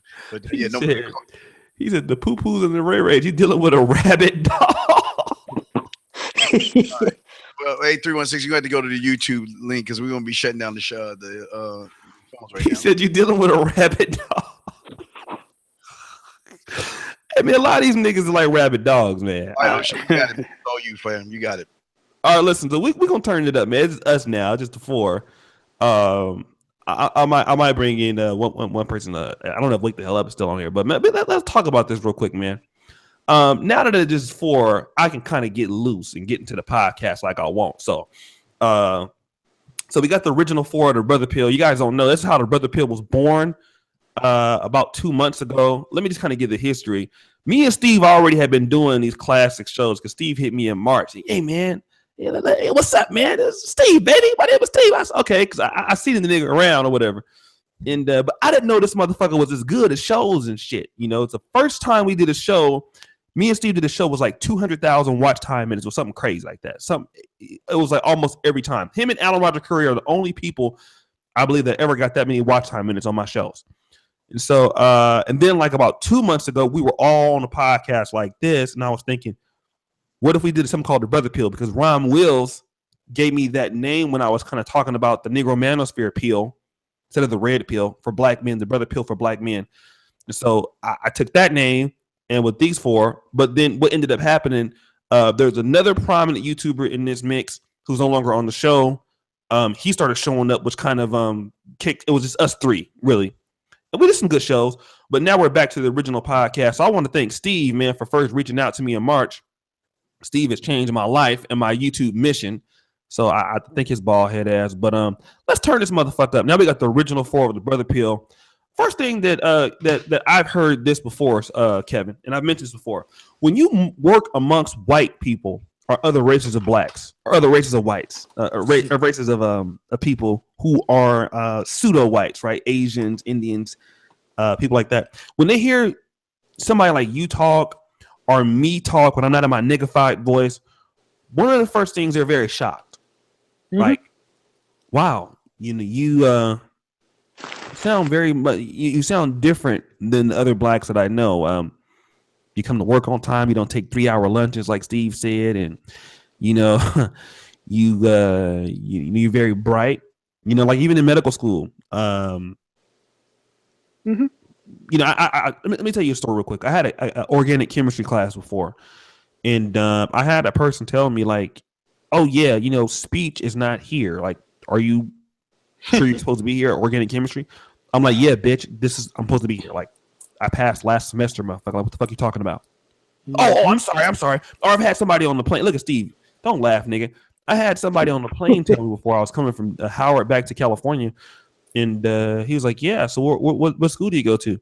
Howard University. And this guy said, "Man, you must be one hell of a running back." Mm. I had another Asian person that was I was going for a pharmacy college interview. He said, "Wow, do you play any sports, man? Like, did you play football?" So I mean, you have people who automatically they don't want to say this, but they don't think you deserve to be there. I've heard this from other races of people that they're actually shocked that I have interest in what I have interest in. So let's talk about that. Do other races of people think that we are stupid as black men? Are we dumb? Let me take that. Go ahead. I'm gonna read a comment from a video I did on my channel, and one of the comments says, "Good advice. Also, you have a good command of the English language. Overall, very professional." It was about some fragrance, but I get people making those comments all the time, but they don't do it on any other fragrance reviewers channels. You mentioned college. I was in honors chemistry at the University of Oklahoma, not just chemistry, honors chemistry. I was in lab, 18 people in lab. I walk in and everybody's talking about what kind of scholarships they're on. And I was the only black person, obviously. And they got to me and asked me, "Are you on here on the basketball, National Merit Scholars, this kind of scholar, this scholarship? What kind of scholarship? Are you on basketball, football?" I was like, "No, I'm an academician." No one wanted to be my partner, but I was the only one that scored perfect on all the labs. Then they wanted to work with me. When I worked at a research lab, the guys that worked under me, reported to me, were from Pakistan. They argued me up and down that the Cosby Show was not reality because a black doctor could not marry a black lawyer. That is just not possible. It's fiction.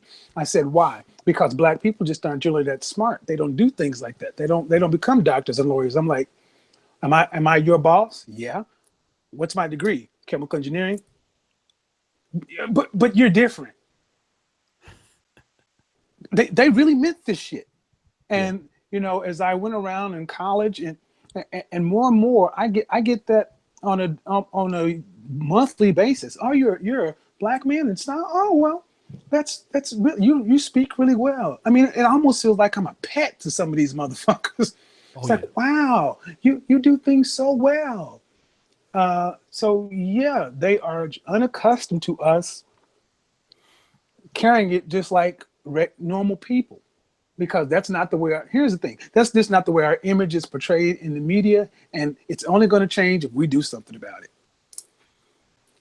I totally agree. Before we go to LR movement, this is no. I don't know if ABL isn't here, but I'm pretty sure he probably got the same thing, which is really one of the reasons why I decided to cater my channel towards more of a black channel. Because one of the things that's a pet peeve of mine is for white people to be shocked that I can actually read or that I can actually articulate. You know, like that's one thing that I mean, if you want to get cussed out, one of the things that you can do is come on and say, "Wow, you're so very well spoken." And I know what you're trying to say when you say that. Like, you know, I'm not gonna say thank you. I'm gonna stop the show on your motherfucker. I'm gonna cuss you the fuck out because I know what you're trying to say. Mm-hmm. And if fans like that who are white or Caucasian, I'd rather not have you. Seriously. You know, black people have been around whites for 400 years in this country. You know, we are educated. You know, millions of us graduate from college each year. So when you're shocked that a black person actually can speak, it's like you guys understand what blacks have done in America. They have invented many things, you know, and I think a lot of people are just so insulting. They want to throw shots at you because you actually can help. You actually have a business acumen about yourself, or you can actually do things. And that's just like me doing that to a Mexican person. You know, I see a Mexican person that can speak very well. You know, I don't say certain things. Like, for example, in Poland. Now, here's what you can call like maybe a little bit of racism. If I hear a Polish person that speaks very good English in this city, I would be more likely to say, "Oh wow, man, your English is flawless," because you're not an American, you know. So I wouldn't expect you to speak English every day in America because your first language is Polish. So I can see you saying it to somebody like that who lives in another country and their English is flawless. But even then, I wouldn't say that, right? But if you're a black person that's been living in fucking America for over 400 fucking years, your family lives in America, you go to American fucking schools and colleges and universities, and one of the first things you say is, "I can't believe you speak so well." Are you fucking bitch? Are you fucking dumb? Like, what the fuck? Like, yo, at that point, dude, I get off of that's why I don't do a lot of like, for example, Jesse Lee Peterson asked me for an interview. Okay. Mm-hmm. One of the reasons why I don't want to go to Jesse Lee Patterson's platform is because I feel his platform, like, they're going to be full of people like that. "Oh, I can't believe this black guy actually can speak." Fuck that. Mm-hmm. I'll stay over here in Niggerville before I just can't do that. Well, you know, I'm from Maryland and everything. Well, DC, born in DC, lived in Maryland. When I was in PG County, I was living in Mitchellville, Maryland, which is kind of close to Landover.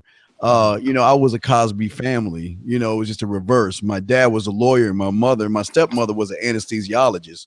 But we lived in an area in Mitchellville where they were black. It was prominent black people. It was black people, doctors, lawyers, judges, accountants. It was a neighborhood of black people. So it was because I went to Duval High School, which was, it was a nice area we were at, but we had to go to Duval, which wasn't that nice of an area, but it was the same thing. It was like, wow, you speak the King's English type thing. Why do you sound so white? Why do you, man, why you act so white, man? And, stuff like that. But I mean, that's just how it is. But it's some people can't believe this, but there are neighborhoods, black neighborhoods with prominent people in them, and it's all just black neighborhoods. Maybe a few sprinkles of white here and there, but it's more black neighborhoods. And they teach their kids how to read and speak proper English, and they won't put up with any of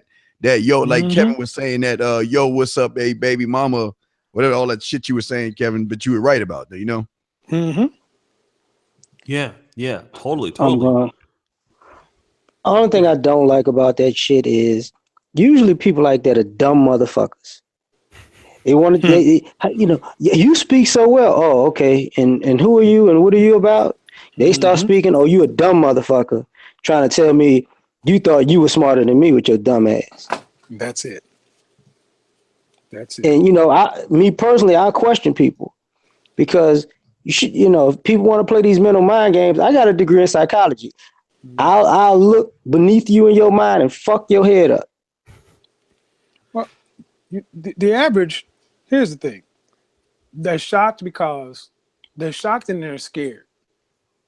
Because really, I have had plenty of white friends who will tell you, it's like, man, the biggest fear is with black guys who can fire on all cylinders. I was like, what do you mean? Well, that means, you're smart because you're already cool. And you're already good dancers and cool. And you can, so basically you are the master of the universe. And as long as we over here saying, duh, bruh, then you can beat us. But if we just start stepping our game up, you won't have your natural quote unquote privilege or whatever. And that's pretty much what they're afraid of. But I get it. They don't want to compete. So, and here's the thing. That's why I try to tell my black clients, I was like, dude, you are already winning the game. If you step up and just do a few things different, you are killing the game, because you can I'm going to do a show called Use Your Black Armor to Your Advantage. Black armor refers to a black man's clothing, the way he carries himself. He can use that as his armor to go through a world, to navigate it and keep him safe. But I'm going to teach guys how to talk about how to use it and go on the attack. So not just being, stationary, go kill some shit with that. Because when you start breaking through these next levels, a lot of times people are refreshed. They want to have qualified diversity up the chain. They just aren't used to seeing it happen. Anyway, it's been my experience. So that's why I think we're dumb, because there's so much opportunity out there that we're just keeping ourselves from, because we're one of the only cultures where you just say, hey man, look good, smell great, take advantage of your opportunity. We will fight tooth and nail for our ability to lose. No, I ain't gonna do that shit. I'm gonna do it this way. Okay. Okay. Let me just say this real quick. Many of you guys know that we have the www.negromanosphere.com. It's maybe the first, I'm not going to say the first red pill blog of its kind that's for black men, but it is probably one of the most controversial ones. We have some excellent writers, among them being Donovan Sharp. And if you listen to Donovan Sharp talk and you close your eyes, you think you're talking to a white person. Seriously. I really couldn't believe that he was black until I actually saw him one time before he started showing his face. One of the things that we have, because Alan Roger Curry is such a versatile writer, we have a lot of people who come from different walks of life that read the particular blog, right? So I think that the people who read Alan Roger Curry's work are not so shocked that he can write very well, because he's been writing very well for 10 years. Mm-hmm. Some of our other articles, though, because we had certain people that came in from another YouTuber, I won't call his name, that was white. And they said, I really like this website. The articles are very well written. Mm-hmm. Now, I'm thinking about that, because if you go to returnthekings.com, you never expect somebody will say the articles are very well written. You go to axmen.com. This is a very well written article. No, what they're saying is, damn, for some niggas, you niggas can actually write. Like, it's well written. I'm shocked. You know what I mean? And well, go ahead. I'm sorry. Part of it that people. Do you remember watching cartoons when we was kids, and they have two people next to each other and one will come up with a great idea and the other one will go, oh, that's horrible. And then they'll steal that idea. Mm-hmm. That's part of what saying we're well spoken and we're well written. Motherfuckers always do that. They say, oh, that was a great article because you did it. You said something real nice, but I didn't expect it from you. What do they normally turn around and do? The exact fucking thing that you just put out. Right. So, they'll call us dumb and say we're not ready, but turn right around and do the exact same shit. That's what the patent office is in America. That's how this country was built. And I'm not talking about slavery. I'm talking about invention. You know what I'm saying? But But you know what?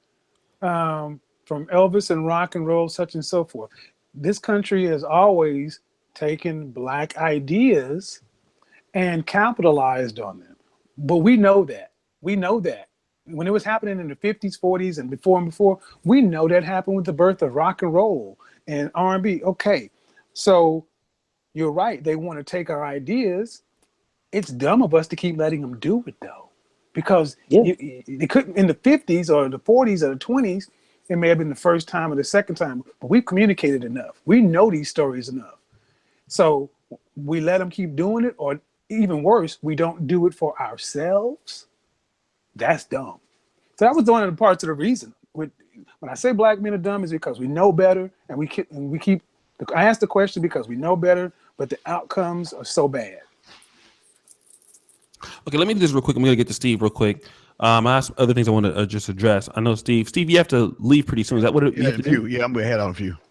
Okay, so head on a few. So let me let's let Steve weigh on the next topic, and he has to go. So brothers, let's get the likes up on the videos. Now keep in mind, if I sent you the ebook and you got an email from me, check your email, hit the confirm button. All right, hit the confirm button and join the list over at the Negro Manosphere. I'm gonna ask Rufus's question because I want to shout out to the people who super chatted tonight. Rufus did. Each man who is honest knows if he's dumb or not. The question is, what is he going to do about it? Okay, we got to talk about that. Mm-hmm. Oh, my God. Okay, so let me let's get the likes up if you're in the chat. Okay, let's like the videos. And then what I want to do, if you can like the video, and thanks Average Philosopher for the $5 super chat. Let's do me a favor. Let's drop your email if you have not received the copy of How to Stop 7 to 24 Hours. The next ebook that we're gonna do is the survivalism. Okay, like how to survive during the crisis. We had a terrible storm out in Houston, and so we want to do that. Like the video if you're in the chat. Drop your emails. Okay, if you've never donated before, you have an Android phone, you want to support this podcast, which helps give you free ebooks, right? Which helps give you a free website.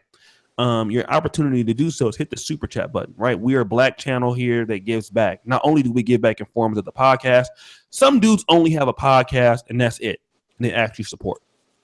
We have a podcast and a website and a comic. Okay. The ebook was well done. You don't think so, Rufus? He's being condescending. I know. He loved that ebook. All right. So, like I said, we give you free ebooks. We give you a free website and a free podcast based off. So what we're doing, we're giving back. We're constantly giving back on this show to brothers. Okay. So, like I said, some people just want you to support their podcast. What's that one white podcast? The Drunken Peasants, for example. They're just a podcast. Over 1,300 Patreons on that particular podcast, right? They don't have a site. They don't do ebooks. That's it. Okay. We're doing more than just that. So keep supporting us as we support you. Steve, let me talk to you about certain things that Kevin said that he brought up. In the podcast. Fuck. Wow. What happened? You give me one. You ready? Okay. You give me one. Damn it! I had all my nice shit that I had wrote in, man. What the fuck is wrong with me? Move the banana peels out the way. You probably find that shit fast. Shut up, nigga. You like my hat, Steve? I'm about to say, you really doing that, LAR? You like my hat? Wait, you need to worry about your Giants right now versus Lions, son. He's so mean, man. I'm an asshole. I know. Yeah, okay, that's why I love you, man. Let's do this real quick. Let's talk about what are we gonna do about it? Because Rufus makes a good point. Do about what? Knows who honest if he is dumb or not. We gotta talk about this, right? We have a lot of dumb niggas. I'm gonna just say it, who refuse to acknowledge that they are dumb. And I'm not talking about dumb as far as you can't read or mute. We have dudes right here on Black YouTube who think way too highly of themselves and their ability. I'm not gonna call any names. Won't call any names. There's several I can think of. All right. That are going nowhere fast. But they want to think that they are much better than what they really are, or what their talent gives them, or what their business opportunities are, and things of this nature. And it's clear if you look at what they offer, where they're going. It's almost clear as day that, hey, guy, you're not really going too far. your skill set and your ability is not going far at all. But we have a lot of brothers out there, man, who want to feel like they don't need help or they're not bright. We got to talk about if you know if you're like not as smart as other people. What's up with the black male ego complex, Steve? Because we have a lot of people out there who feel yeah, go ahead, Steve. Well, real quick. Here's the thing I always say. If I'm a young man and I'm in I'm 19, 20, 21, 20. If I'm any man, fuck it. I won't even put it on young because there's a bunch of old dumbass motherfuckers too. So if I'm an individual and I know I am here and I know somebody else is up here, like I'm at level 2 and this guy's at level 10, I want to get to level 10. The only way I'm going to get there, I can't get there by myself because maybe I tried and I didn't. Maybe I don't have the drive, the passion, and the desire. That, and Kevin always says it. He says it like a broken fucking record. In order to get where you need to go, if you want to get to an O'Shea level or a Kevin or LAR movement level, and you at a low level, is to humble yourself, shut the fuck up, and learn. And now look, and here's the important thing. It's okay to ask questions because you don't know anything, but it's not okay to question the answer that you get because you don't know what you don't know. And that's the problem with these world is flat thinking motherfuckers. They don't want to listen because they think they know it all. So if Kevin's like, okay, this guy comes to Kevin's like, Kevin, you're a 5-star chef. You're like one of the greatest chefs, the best bakers in the world. You know what, Kevin? I wanna cook the perfect cake. And Kevin says, milk, eggs, butter. The dumb motherfucker will be like, well, why can't I add salt? And why can't I add this? And shouldn't I add this? And then Kevin like, sir, milk, egg, butter. See, that's the problem, not listening or wanting to do it their way. Well, that's not right, Kevin. No, that's not right. Because I've always been making cakes and I always add like shit and flour and all and that's the problem. See, you got to be teachable in order to deal with those who are above you, because those who are above you, just like those old kung fu movies, will not fuck with you if you are a waste of their fucking time. And then they get mad when motherfuckers don't want to work with them because they're unteachable. If you're unteachable, nobody's going to want to fuck with you because you're going to be more of a hinder than a fucking help. Steve talks about kung fu movies. Steve is right on, there's no standard.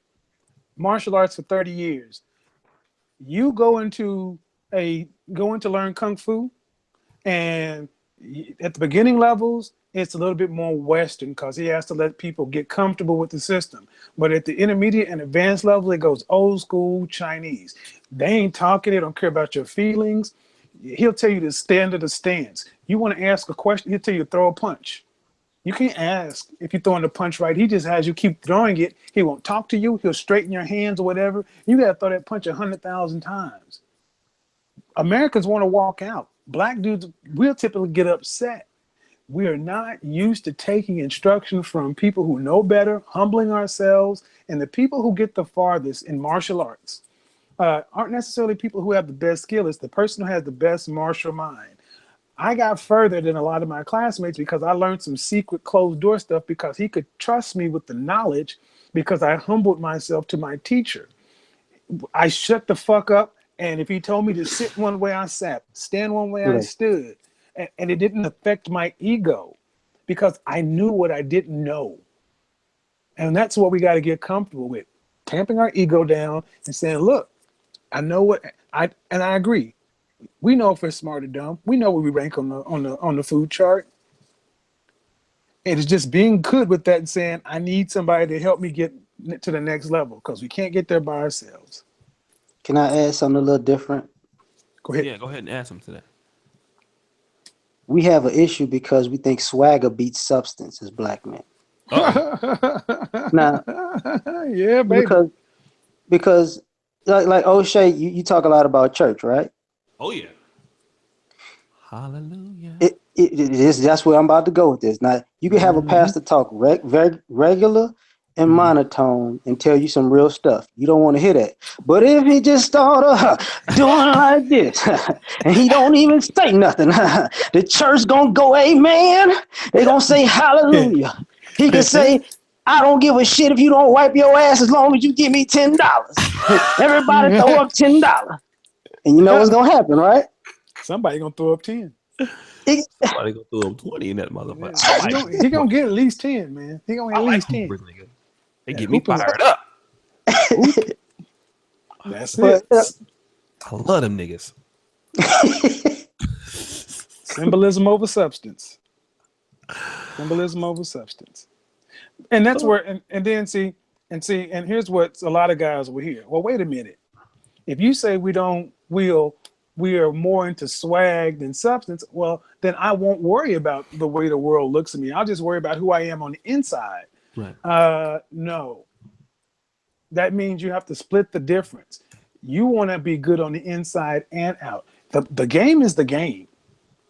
And a lot of guys are worried about, I'll wait till I get to that position and then the good me, or they'll see that I'm worth it. Just like dudes will be like, oh man, you know, when she sees how nice I am, it'll come through. No, man, she done wrote you off up front. The games are what they are. And we all just, and here's the thing, we all pick our lanes, we pick our levels. O'Shea's going to medical school. He can't complain that he has to take a board. He can't complain that he has to take pharmacology. Motherfucker chose to go to medical school. Oh my God, I hated that class. So if you each man picks his career, you pick your career, you pick your lane, and you pick all the if you pick it, and regardless, there'd be like a dude that says, I want to go to medical school. Well, if you want the doctor in front of your name and you want everything that comes along with that, you got to take everything that comes along with that, good and the bad. That's what I tell guys. If you want to walk around rocking Jordans in your 40s, cool, do that shit. But you accept the outcomes. Don't get pissed off if you don't get the respect that you think that you should be due because you just like those shoes. Because hey, you're free to like those, and people are free to judge them. I definitely agree. Let me do this real quick. I just sent a link out to since Steve dropped off. Let me just give Steve does a yeoman's job on this show, man. He does. What'd you say? He does. He's dope. Steve, man, let me tell you something about Steve. A lot of motherfuckers say, you ought to kick Steve off, man. Look, motherfucker, I'm gonna tell you niggas something. If Steve say I'm done with the brother pill, I might damn near say I'm done with the brother pill. I'm gonna tell you like this, man. Steve is here every fucking day. Now, don't get me wrong, LER, he's just working, and Kevin and stuff like that. Steve is here, man. Steve is here every day, bro. And you guys might really say, because Steve makes the show with the kind of the shock value, and even though I'm a shock value YouTuber, what I kind of do is I kind of control the delegation of the show. You know what I'm saying? And shout out to my man, Prolific Writer, for the $5 donation. That's my man from Facebook, man. You guys, shout out to him. Steve is here every day, man. And Steve is here to set up the calls for you guys to call in. Steve makes the brother pill, man. There is no brother pill without Steve, man. Because we lost. I'm gonna tell you one thing. We lost another guy who was on the show. And once that guy dropped off, I was gonna be able to see who were the people really called in to really see. And when that guy dropped off, I thought that it might be a drop off in the audience. It wasn't, dude. Long as Steve was on the motherfucking show, people hate Steve, but they love him, man. And so Steve is a writer. What'd you say? Slave land. Oh man, slave land, Niggerville. When he said that you can go to the grocery store, and if you get the still all the shit, if you get outside, you get to keep it. Out to JJ Redwood. So here's what I want to say, man. I really want to say, thanks to Steve, man, all the guys on the pill. Wake the hell up. The chat, the link is in the inbox. I sent it to Prophet of X. So I just gotta say, man, Steve really makes these motherfucking shows, man. Also, I want to shout out to a brother, man, because we made the 300th Patreon just now on the show. Do I have number 301? Okay, we can do that. So 300 Patreon, a brother man that just signed up for a $10 pledge. Let me show you who that brother. I'm not gonna say his full name, but I will give his first name, and his name is Roy. Okay, so shout out to Roy, man, that just signed up. If you want to be number 301, sign up for $5 a month to support the Negro Manosphere. Like I said, we not only do we give you dope podcasts, we give you the dope podcast, the Negro Manosphere website, which has over 448 articles dealing with black male issues, and a free ebook. Drop your email if you want to get the free ebook. We're coming out with the survivalism ebook and everything like that. So I really thank you guys. I subscribe to Kevin O'Shea today on Patreon. Thank you, Robert. No, I did see that. Big up to you, man. And so we're all getting help over here. Kevin's gaining Patreons. I'm gaining them, and we're giving more back to you. Let's do this. Let's do this. That's right. Let's do this, Kevin. I want to talk more about this. And I got my notes and shit. But fuck, I can't find them. Okay. I had them. But fucking with Steve, man, I was talking about his dumb ass and lost my damn train of thought. You know, every time I start giving this nigga compliments and shit, he fucked my shit up. What the fuck is going on, nigga, with this shit? Oh, here we go. Let's talk about and here's another thing, man. A lot of black men, we do use a lot of slang, right? And here's a problem. On the brother pill, I don't mind using slang, right? Right. I amongst me, you, Kevin, and LAR movement, I don't mind using slang amongst y'all when it's us, right? But when you're amongst other groups of people, a lot of dudes don't know how to leave the nigga shit at home. Nope. Okay, because most of us, right? We have black men. We have two different personalities. A niggified personality and a business personality. Yeah. Let's talk about that, man, because a lot of us, we don't know when to not try to keep it real. Okay. Fuck it. I got to keep the shit real, especially if we don't own our own business. I can see if you're an athlete, you can do that. If you're a rapper, you can do that. But most of us are not like that. Why don't we understand that we can keep the niggified shit at home? We used to understand that. Why don't we understand that now? Well, because again, we don't know what it means to be a man. The manhood part is gone. My grandfather, let's call code switching. My grandfather I learned how to code switch because I saw my grandfather do it. He's one way around white folks and then one way around his wife and another way around the church members. I thought my grandfather never cursed until I heard him outside fixing the car. And he cussed. I was like, what, you don't curse around folks in church or around white people? Because he code switched, because it's a survival mechanism. The problem is with the emergence of gangster rap and hip hop and all this other kind of stuff, they put it into mainstream society. So we've softened the shit that makes us worse. We use these code words. We don't call it being gangster. It's called being gangster.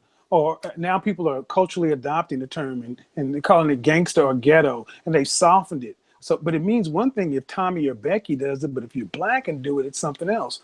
So a lot of us don't see that there's a real problem because, oh, my friends are white or they see it on TV, but it impacts us differently.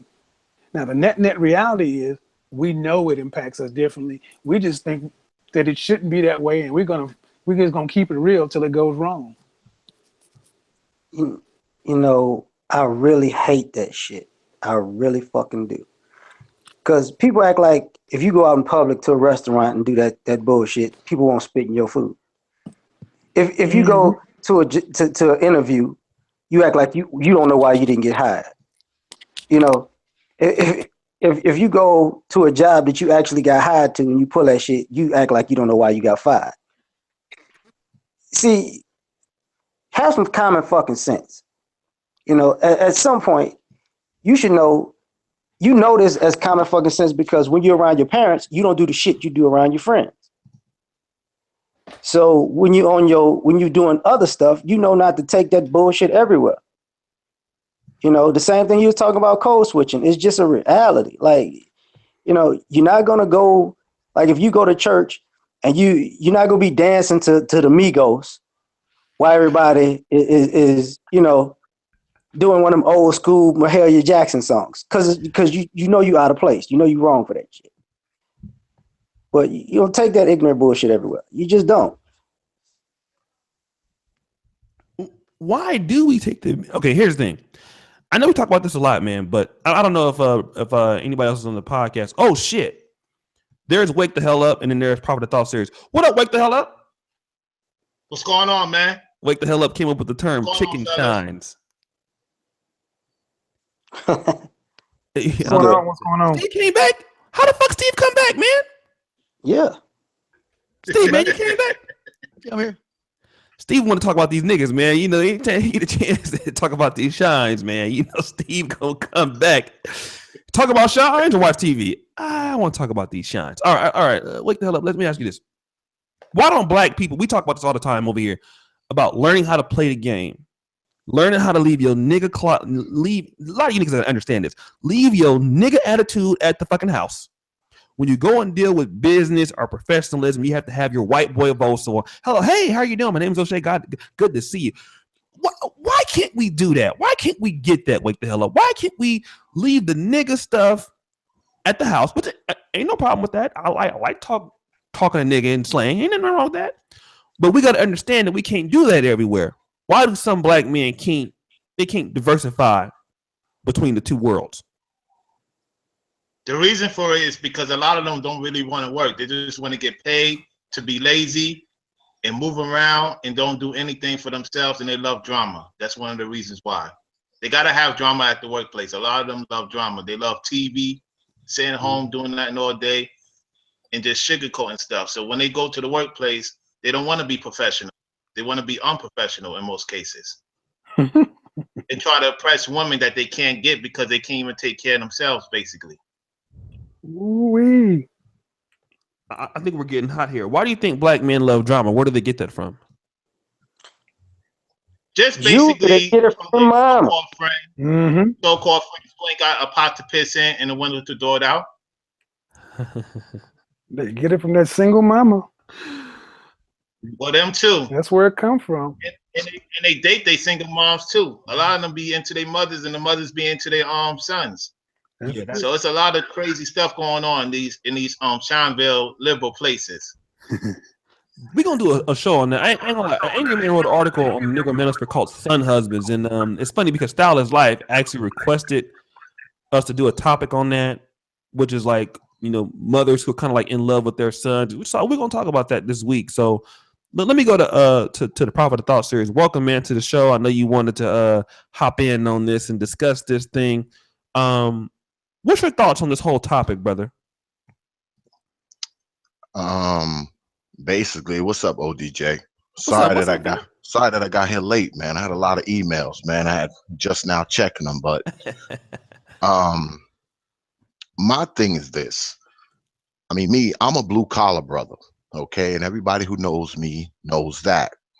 But there was 9 of us, and only 2 of my siblings went to college. I just happened to be one of them. Okay, two of the 9 went to college. I just happened to be one of the 2. And before I became a blue collar brother, I actually was a teacher. Okay, so I've always kind of spoke the way I speak now. So I mean, I try not to change up. I mean, because I'm in the hood, okay? I'm down in Charlotte, North Carolina now where my business is, but I'm up in East New York. I'm in Brownsville, Brooklyn. I'm in Bed-Stuy, okay? I'm in Newark, New Jersey. You know, I'm in the bowels, and I talk the same way that I talk now.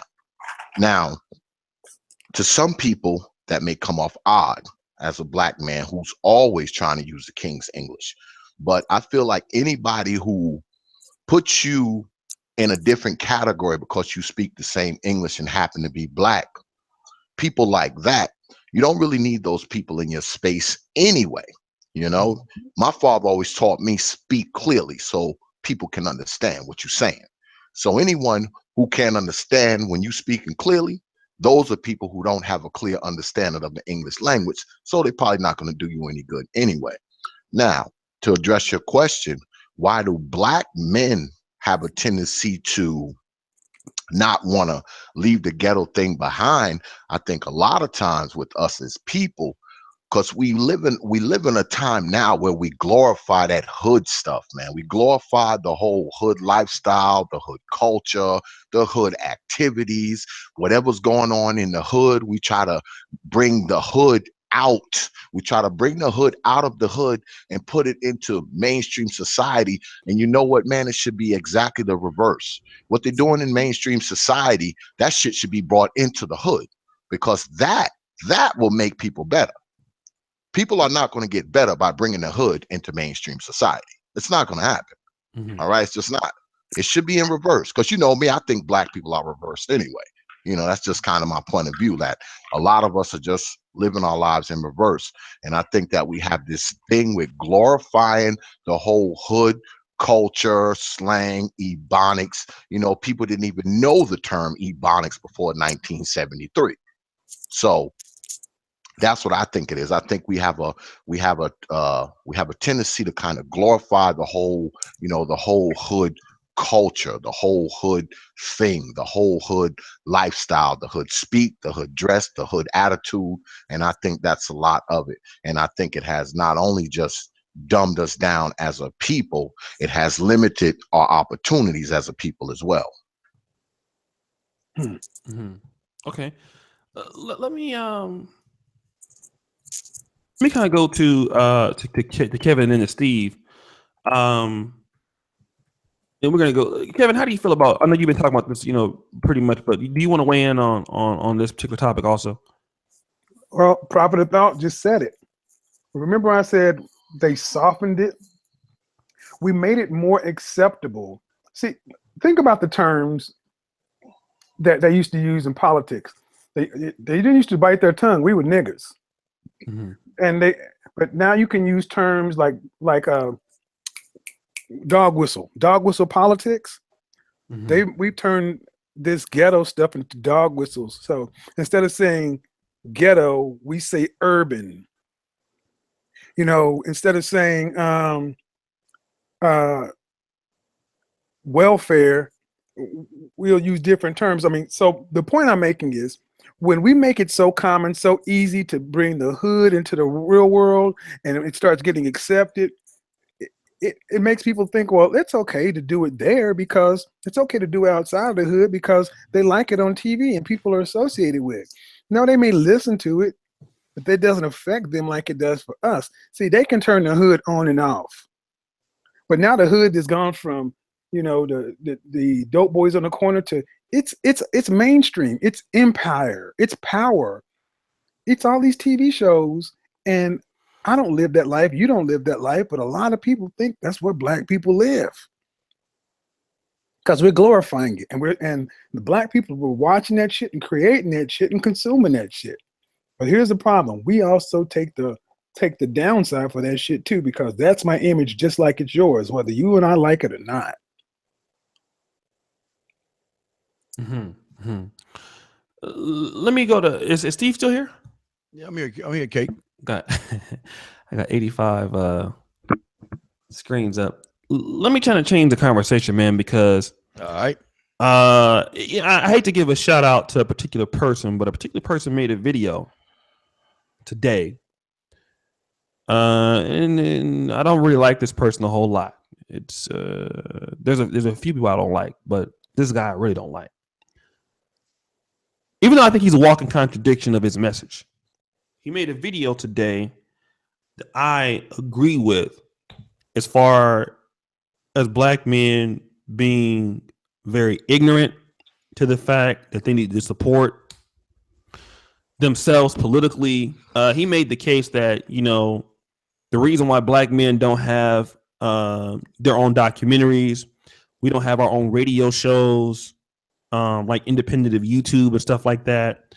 We don't have our own media. We don't have our own communities because black men, we feel like somebody should just give it to us. You know, like there's even been black men who've been charging for videos on YouTube just to watch it, you know. And I don't charge for my videos personally. That's not my business model. I don't care to charge for videos. I put them on Patreon if I feel like, you know, you want to see them. And I just have a flat rate for my Patreon. I don't have like a per post rate. I can do 10 videos in a month on Patreon. I can do 5, whatever. But when it comes to black men being ignorant to advice and black men being supportive of people who are trying to support them, we don't get it like other races of men get it. And before I let you respond, Steve, I always talk about this. I was in Ukraine last year, and I saw the Turkish men that own a lot of the businesses there. They own LifeCell, which is the 3rd biggest cell phone company in Ukraine. These guys work together. These guys don't have infighting in the groups, at least not to the point where, you know, it may disrupt the money like we had last week on YouTube with me and another particular person. We don't, you know, they don't have those type of, you know, petty ass issues. Are black men ignorant and dumb when it comes to, number one, them supporting their own products, them supporting their own, taking advice from other black men that have success, you know, building things that support them, supporting political movements to support them? When it comes to that, are we stupid? Are we dumb? Yeah, you gotta understand. We talking about people who feel they still deserve 40 acres and a mule. I mean, Say it again. on, we still dealing with people who think they deserve 40 acres and a mule. Oh, you shines. Yeah, but it's amazing that how can you support anything when they're not business oriented? You know, it's, again, you do see. You know, it goes back to the coon. They always say, have you ever met a broke coon before? And the answer is no. Why? Because most coons don't think like most of these black people who call them coons. You know what I mean? Because most of these black business owners have a certain type of a mindset that they have, or a certain type of a blueprint that they go by, that most guys don't even understand or see. You know, it's very frustrating for someone who sits around all day and doesn't do shit, but then he expects the world to give him everything. And then when he doesn't get what he wants, or somebody who has something by this thing called hard work, this thing called having passion and drive, he wants to sit there and try to knock him down because he's doing other things, or he's affiliated with another political party that one person isn't. You know what I mean? Or he says things like, you know what, hey man, you shouldn't be Democrat, man. You should think about going Republican because oh no, I'm not gonna do that. Fuck that. And then you try to talk to him, and you know, it's just the look. And it's gonna sound really cruel because I haven't said anything cruel in a long time, so I feel like I'm like need to say something cruel. You just need to leave them niggas alone with their Jordans, Jerry Curl juice, rap mics, and love and hip hop, and all that other shit that they do. Just leave them to their devices. They don't want to learn. They don't want to be better. They don't want it. Look. We all can sit here and hold hands and do that kumbaya shit. But let's be honest here. Everybody looking at the majority of you, hey, I'm not even talking about the panel. I'm talking about everyone's listening to this. You ain't gonna make it, dog. I mean, let's just be real for a second. You're lazy, you're shiftless, you're full of excuses. You ain't gonna be shit. And everything. Hey, look, where you are right now in life is where you're supposed to be. You ain't gonna make it. I mean, this feels good, you know, because it feels good to hear all these positive young black men on this panel talking all this good jargon. But you know what? Come on, man. You know, when the lights go off, you're gonna go right back to the same silly, lazy ass shit you've been doing yesterday and the day before. So think about it. I mean, come on. Can we just be honest for a second here? We know half the, I won't say half. I would say 70 to 80% of these motherfuckers ain't gonna make it. They just ain't got it. They don't want to do it, because as soon as the shit goes off, half them motherfuckers going to bed. You know, with me, what I'm doing, and I'm sure Kevin and some of the other guys, we staying up to like 1, 2, 3 in the morning working while y'all motherfuckers are sleeping. So let's be honest, man. I know this is supposed to be feeling good, but it's been a while since I said some evil shit. Y'all motherfuckers just ain't gonna make it. That's all I want to say. Can I touch on what the dean just said for a minute? Yeah, Can go I ahead. touch on Shout out that? to Nibby Speaks in here. What up, Nibby? That's my Of boo course, right there. She fine too. I Go ahead. Go I ahead. agree. I agree with the dean wholeheartedly. I mean, some people, man, and I also want to touch on what Brother Samuels was saying earlier. The problem with us, man, is as black men, and maybe not so much as black men, but black people in general, is that we are the only group of people, man, that we always have to have constant contact with other people in our lives. I mean, he spoke of white people. You know, they can pretty much live their lives and not have any contact with us. Asian people can do the same thing. Hispanic people can pretty much do the same thing. We are the only people, man, who have to conduct our lives most of the time in contact with other people. So being that we are that group, we are that sole group that live that way. For us to think that somehow, some way, that within our group, one day we're gonna magically become like Hispanics, Asians, or whites, it's not gonna happen. Because if it was going to happen, it would have happened a long time ago. Okay, it would have happened already. I mean, there's no way that most of the people, like the dean just said, most of the people that listen to this YouTube stuff, man, they're never going to be anything. They're never going to have anything, regardless of all the conscious conferences and debates and hangouts and YouTube videos and all that kind of stuff. A lot of them are not going to ever have it. You know why they're not going to have it? Because they are in a poverty, poor, broke ass mind state. You will never become anything as long as you have that mind state. Oh, Never.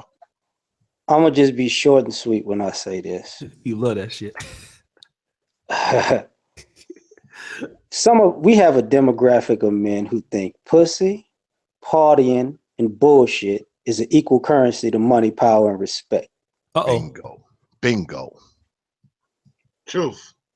So that's all I gotta say. Let me weigh in on these shines real quick, man. I can't let Steve have all this motherfucking fun, man.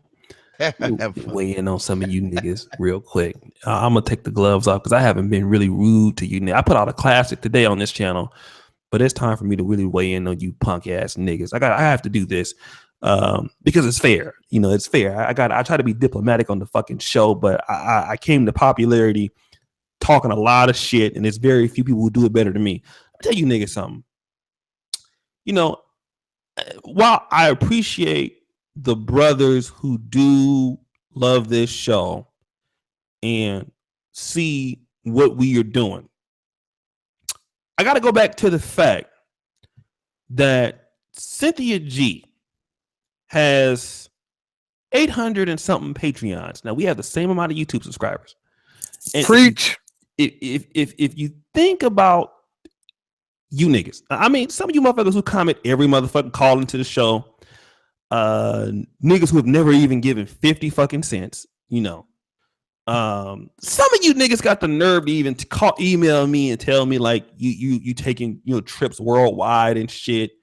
You know, one shine is lives somewhere in the United Emirates or whatever, and this nigga's always Facebooking me, emailing me. You see what we are doing, you know, and then you take somebody like Cynthia G, who, no disrespect to her, has 800 Patreons. Now, doesn't have a website, doesn't have a podcast, doesn't have anything, doesn't even have a microphone, you know. And it's crazy because I see some of you same niggas, if you go like to, let's say, Chrissy's channel, and I go into like the donations and stuff like that, I see you niggas over there, man, giving money, and same niggas who be emailing me. You know what I mean?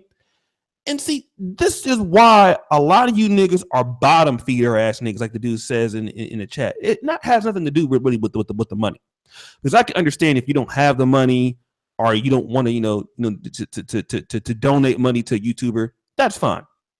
But when you see brothers out there who are trying to do the work, when you see brothers out there who are putting in the effort. You know, you niggas would rather do something that's diametrically opposed to your advantage. I'll give you an example. There's this one shine, I won't call his name. Nigga owe me over $250. Okay. I know this nigga on Facebook. This nigga is always flying bitches into his city. You know what I mean? This nigga always tricking on bitches. Now this nigga know he owe me the money.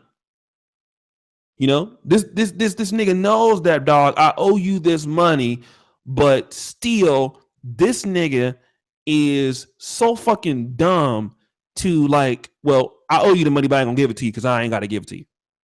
And the thing about it is a lot of you niggas are like that. That's how you feel. You know, you feel that you could just take advantage over other people because you can't. You know, no matter how accommodating people have been to your motherfucking ass, you could just do it. And I'm gonna tell you like this, niggas like you, at the end of the day, you will be shitted on. Because number one, you shit on yourself. That's how smart some of you dumb niggas are. You're so smart, you gonna shit in your own backyard and a group of motherfuckers that can help you do shit. You niggas are that fucking stupid. That's how dumb you are. You know, you stop the show. Clips of Oregon. You dumb ass niggas. You fuck yourself up before you can even give yourself a chance to network with another motherfucker. Just cut your own fucking water off. And then when you need some motherfucking body, when somebody's in a position to help your bitch ass, all of a sudden you want to reach out. You know what I mean? And the thing about it is, a lot of you niggas will never be shit because look at these brothers in the chat right now. These are your brothers, man. I'm gonna just keep it real. You might not know these dudes, but these are your brothers. Me, Steve, Kevin, wake the hell up, a motherfucking the Prophet Sausage. You know what? That's all I got. These brothers right here. Me and Steve every fucking day do this show. I depend on him. He depend on me. That's my brother right there. I can't depend on nobody goddamn else like that. And your relationship and your connection with your brothers, it is what's going to carry your black ass to be something in this motherfucking life. Individually, yes, you can make it, but you need help, nigga. Do not shit on people who can fucking help you. For example, Wake the Hell Up donates all the time. And sometimes it's at least once, I send him a donation. Matter of fact, I'm going to send his ass one tonight. Do you know why? That man has supported me since I've been on YouTube. Because I had 200 subscribers. Do you know who told me to monetize my first channel? Wake the hell up. You only as good as the people you believe in. A lot of you motherfucking niggas don't believe in each other. You niggas are clowns, man. You niggas will take the first step. I've seen some of you niggas will kiss the white man's ass, lick the white man's ass clean, man, and step on your own brother for some pussy, for one of these bitches, for one of these motherfucking hoes, nigga. You niggas are clowns, bro. Like a lot of you niggas, I wish I could slap you in your fucking mouth with some pancake mix and just beat your motherfucking ass till I get tired. That's how clown niggas, some of you motherfuckers, you shine bone bitch made ass niggas. That's how a lot of you niggas think. And when you wonder why you don't have shit, because you niggas don't support each other. Fuck talk about the donating money. I ain't gonna give you no donating money spill. I'm talking about the niggas that's in your fucking community. What about your own brother, your own cousins, man? Your father. Do you niggas even go and see your daddy, nigga? You know? I can't see my dad. I'm in Poland. But do you even stop by? Do you niggas even do anything? I know I'm going long-winded, but do you even believe in yourself? Do you believe in your best friend that's a black man? Do you go support his fucking business? No, your faggot ass don't. But you would drive by and go all the way to the white man shit. And here's the thing. This black person can have a good product. Let me tell you what I'm talking about. Steve, I know I'm going overboard. I can't keep clicking these shines, bro, but I got to. The ebook that we came out, How to Stop Simping in 24 Hours, Steve. That ebook was because I looked at returningkings.com. Shout out to Rouge V. I know you advertise over there, right, Steve? Yes. Okay. I said, you know what? I'm going to put this ebook out. I'm going to spend $7 of my own money. I'm going to put it out. I'm going to put the ebook, and hopefully it's on the same level as White's. And I made sure that it was beating a lot of ebooks. I went to the Art of Manliness. I saw their ebooks. I said, the Art of Manliness ain't fucking with this. There's nothing that fucks with this right now. Do you know, man, that even though we have a free website for brothers to read that have, free information that we give out, a lot of these niggas won't even go read it. Like Donovan Sharp writes every week. I pay for people, medical doctors, to write articles for the Negro Manosphere. Do you know if I had a white website or all black or men's white website, it'd be off the fucking hook. It's you niggas that don't want nothing for yourself. It's hard to deal with you shines. Ain't got nothing really to do with the money. It's just how you niggas think. You cannot win with a group of dumbass niggas who number one, you want to play dumb and you like being dumb and you find value in it. I mean, it's like you niggas. You know what you should do? Stop the show. Go stop watching this. Go outside right now. Go lay on the railroad track. Let that motherfucker run over you 5 times because it might not kill you the first time. Let the motherfucker back up, dismember all your fucking body parts, and stop wasting everybody's time, man. Stop saying that you proud to be black. Stop saying that you're a black man and you want somebody to respect you and you proud of your heritage. No, you niggas not. You niggas ain't proud, man. You niggas clowns. I ain't talking about the niggas who y'all know I'm talking about. If you want these shines, I'm talking about. You know what the fuck I mean. A lot of you niggas are embarrassments, man. I ain't talking about the people that's really in here, but you know somebody I'm talking about. And really, we can't get it together. Too much infighting, too much bitch ass shit, too much hoe shit. A lot of you niggas are hoes. A lot of you niggas chasing hoes. I'm done. I had to get back on my classic. I want to comment on these shines next. I want to chime on them right now. Okay. Go ahead, Wick Phillip. Excuses, man. Y'all niggas make me sick with your excuses. A lot of you guys be around the bush with these females, giving them all this money, but you don't want to support your brothers, and you wonder why you're in the same condition you in for the past 5 to 10 years. You're going to continue to suffer. I don't feel sorry for y'all, man. Seriously, man. Y'all always making excuses. You don't want to support the real deal. That's why you can't go nowhere. You're going to stay in your little mama's basement for the rest of your life until you get your shit right. That's all I got to say in this shit. I made a stream today about why black businesses suffer and fail. And I went on for about 46 minutes, and that's long for me in my car. And I talked about a lot of things you just said, O'Shea. And when I told people on that stream, if you're a black man, I said, reason black businesses suffer and fail, it falls back to black men. Black women support in greater percentages than black men. Look at the black women who will live stream, who super chat on your stream. Women are less than 10% of anyone's channel, but they support it in a greater percentage. Now, the men who support all the time, but you'll have 150, 200, 300 people supporting, and it's like pulling teeth. And I'm like, until men start supporting men, black men start supporting men, we're not going to win. So stop talking about we're pro-black. Stop talking about we care about our community or some shit like that. Find a brick and mortar black business in your neighborhood to support it. Find them online and support it. And when I said Cynthia G had 837 Patreons, many is the Black Manosphere combined. Oh, say that again. I said that shit. Cynthia G had, I said, if you're listening to the sound of my voice and you call yourself a member of the Black Manosphere, and I said, no disrespect to Cynthia G.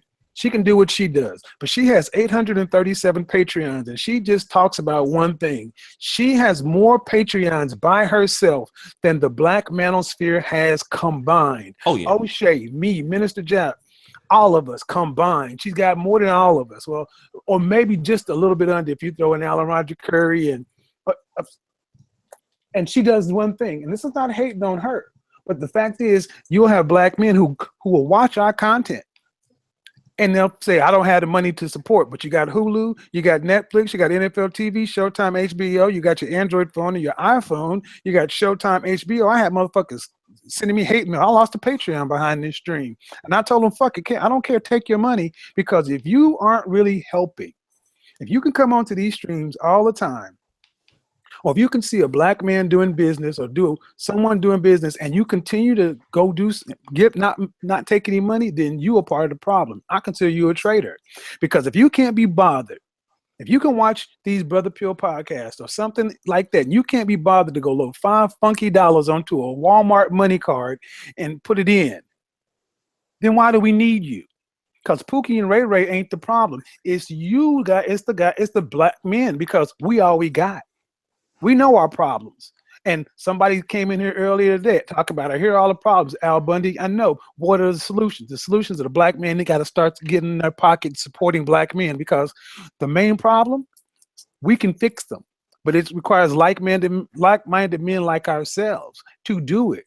And it's going to cost money. And support isn't, I'm going to put my money in your Patreon for a month. No, man, keep it in there, commit to keep it in there for 12 months so we can make some business plans around this stuff. Super chat's fine, but that's a tip. We need to have capital coming in from like-minded men so we can make business decisions. And even if you don't buy, like what Steve does, if you think you don't need any help with game, go buy one of his sessions. Give it to one of your friends as a gift. You don't think you need fashion and fragrance advice? Come get a consultation and give it to your cousin. Find a way, Negro. Find a way. You find a way to trick the money off. You find a way to go ahead and cake for these bitches. Find a way to support one of us. And I'm sorry, but I get sick of this bullshit because, man, I ain't got the money. Nigga, yeah, you got the money. You got the money. You can go to Starbucks. You can go to the game. You can eat a pizza. But that just means we ain't shit to you. You don't care about us, but you want us to care about you. But if we wasn't up here tomorrow, you wouldn't have shit to watch, because I guarantee you, Philip DeFranco, Sandman, they ain't making the goddamn content for you. We are. Right. And what are you doing? He's right. Let me say this real quick. I know I'm gonna do you real quick. When it comes to certain things, like a lot of black men, when they want to produce content, you wonder why there's so many Derek Jacksons or Angel Ramirez Jordans. You wonder, those guys are simps. Those guys are simps. Well, yeah, because you niggas don't pay anything. Like, that's the thing. Like, not to the people who do, but the thing is, with black men, number one, when you're trying to make money or make a product for black men, number one, well, why are you asking for money? That's the number one thing they say. Number two, why don't you do it for free? And then if you find a market, like, let's say, dating coaching for women or talking shit about niggas, you're a simp. Here's the thing: when a dude like me gets money, I have to try to build my, because dealing with black men is so difficult. I have to build my credibility up just to be able to be in a position to ask for money. Like, for example, people will say, I had to build my own site. I had to work with other YouTubers. I had to put over 400 some articles, at least $15,000 of my money in growing, just to prove that I'm a person that's viable, that I have credibility. In any other market or group of people, you don't have to do that. But, black men will say, well, I don't want to give no money because you're like Umar Johnson or like Tommy Sotomayor, stuff like that. And I get it, because you do have some YouTubers on here, I won't call no names, that if you give them money, they ain't gonna do shit with it. I understand that. But here's the thing, man, outside of just, even donating money or whatever, you have to support, number one, yourself, and you got to support each other, man. That's the thing about black men. You got to understand that if you don't start supporting each other, you're going to continue to dwindle down. You were the number one minority. Okay. Now you're number two. The Latinos are the number one minority. And if you didn't get shit at the number one minority, you really not going to get shit at the number two. If you niggas do not get it together, you're done, bro. It's no. These white folks not going to have no sympathy for your black ass. Nigga, you're finished. You're done, nigga. Done. If you are number two, and when you were number one, you couldn't take advantage of being number one, you are fucked. And they don't give a damn about locking your black ass up, nigga. Nobody's listening to your motherfucking ass. You think anybody gives a fuck about what you think, nigga? You're fucking clear fucking clowns to them. And you not united? That's why they'll lock your black ass up. And like, there's one dude, man, in New York, I forgot his name. Supposedly he stole a backpack. They put him in jail in Rikers Island for 3 years without a trial. You know why they can do that? Because you're not shit. They can treat you like that because you're a fuck nigga. That's why. They don't have no respect for you. Do you think that would happen to a Jewish boy? No. Jewish men work together, but with your black ass, oh, do whatever we want to these niggas. Fuck them. And do you blame them? No, I don't blame these niggas. I don't blame them for treating you like that, treating me like that, because you not united. You want to complain about it. Fuck your complaining, nigga. Nobody gives a fuck about how you feel. Nope. If you don't start working with your other brothers, man, and getting it together and get off that bullshit, you're going down, man. Go ahead, X. I'm sorry. Well, I was just gonna say, of course, I agree totally. I mean, I have a business. Okay, I started my business years ago. Well, you know, ODJ. I mean, I run a power mechanic shop. You know, I work on, you know, commercial equipment, industrial equipment.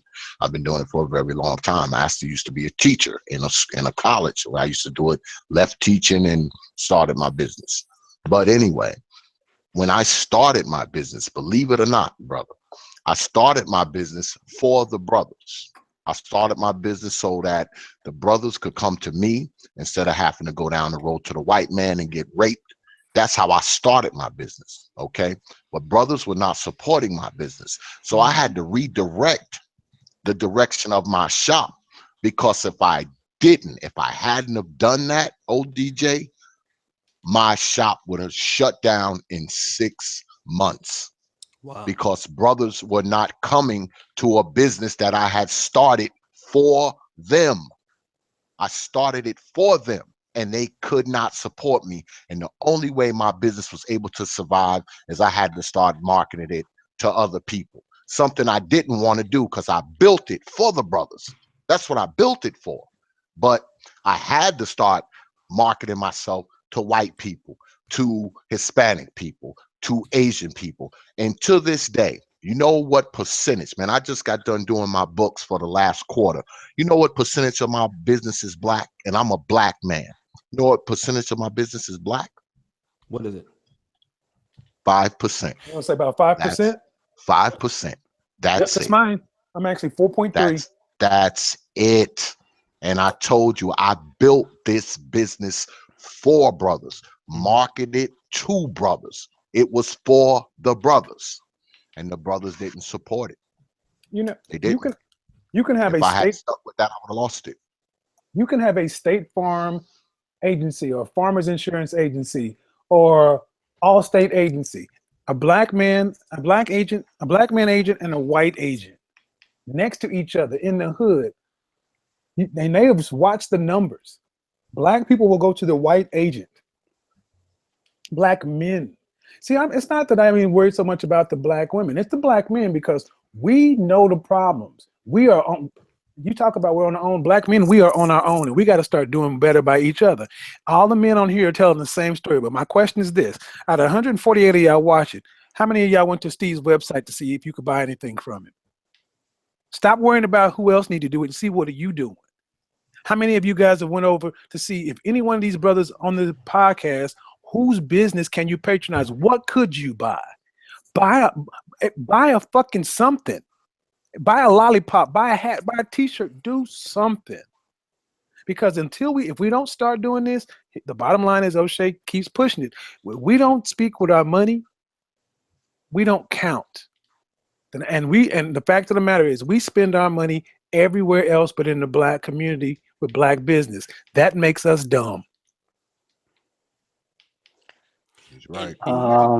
I just wanted to say this here. A black man, if you listen out here, you represent 20 million people in the population, $500 billion spending power. Every election, you should have at least, in my opinion, $1 billion presidential election. That's enough to buy anybody. That means like every person gives $5. If brothers gave $50 every 4 years, that means $12 a dollar a month. We would have $1 billion at the presidential campaign. Wow. And you could be able to split the money in two. Not even that, man. You could take $200 million of that money, $200 million of that money, and use the other $600 million to do something else with. You can say, this is what we want politically. $1 billion can't buy a presidential candidate. Nigga, please. Hillary Clinton didn't even raise $300 million. That is the problem right there. We always find see, this is what's wrong with niggas. This dumbass Shine. Stop the show. This nigga Roscoe. Crazy, man. Roscoe. stop the show. Get his ass, Kevin. I'm gonna let you get his ass. I'm gonna just stop the show for you. Don't say that. Just look at it. I just said that's the problem. That's the damn problem. Black men are so unaccustomed to looking at each other for authority, leadership, and direction. You don't even like black men because you don't like your own goddamn manhood. Look at this shit. You'll come in here and find a reason to make an argument instead of finding a reason to support. You're the same kind of nigga that turned left 3 times instead of turning right once. God damn. This is Steve still in here? Yeah, I'm here, man. Let me get LAR movement here. Let's get on the LAR. Go ahead. I might just be an asshole. So I'll just tell me when to stop. Go ahead. This is just YouTube. So tell me if I'm wrong. Mm-hmm. If you made a video that says how to get Hennessy and weed half off, you think niggas will watch it and like it? 1 million hits. If you make a video that says, you know, which one of my girlfriends got the biggest ass, do you think niggas will like it and watch it? Oh yeah. If you make a video that says how to make her swallow and how you can go raw tutorial, you think niggas will like it and watch it? Oh yeah. Yep. If you make a video to say how to change the colors on your sneakers, you think niggas will watch it? Yeah, these shines to watch that shit. Wow. But if you make a video to say how to make sure your child is gonna be an A student, are they gonna watch it? No. No. Hell to no. But then they will turn around. I got another one. My bad. If you make a video say it's all white people's fault and it's never your fault, you think niggas will watch? Oh yeah. You'll break the internet with that shit. But yet and still, if somebody say this is how to make you have the best life ever. Nah, bro, you need to. That ain't what I'm looking for. You know what I'm saying? You need to. You got to put like Black China in the video or something. You know. How to replicate Jesus turning water in a Ciroc? How about that? That's the fucking problem right there.